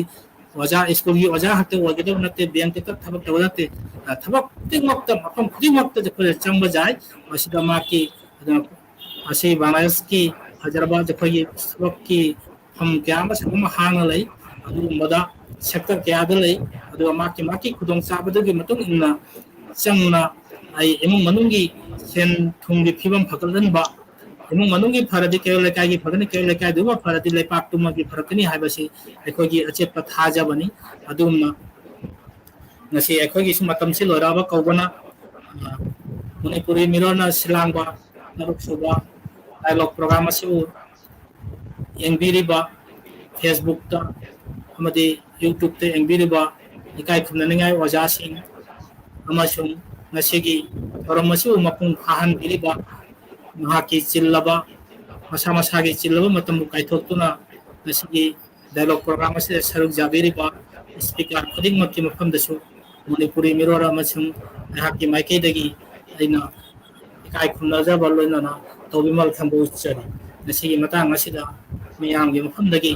अखोई डायलॉग प्रोग्राम असिदगी कायना ननबगी याथंग मिजरी मयाम जाय फदिंग सि ओइ नो नुगाइना फाना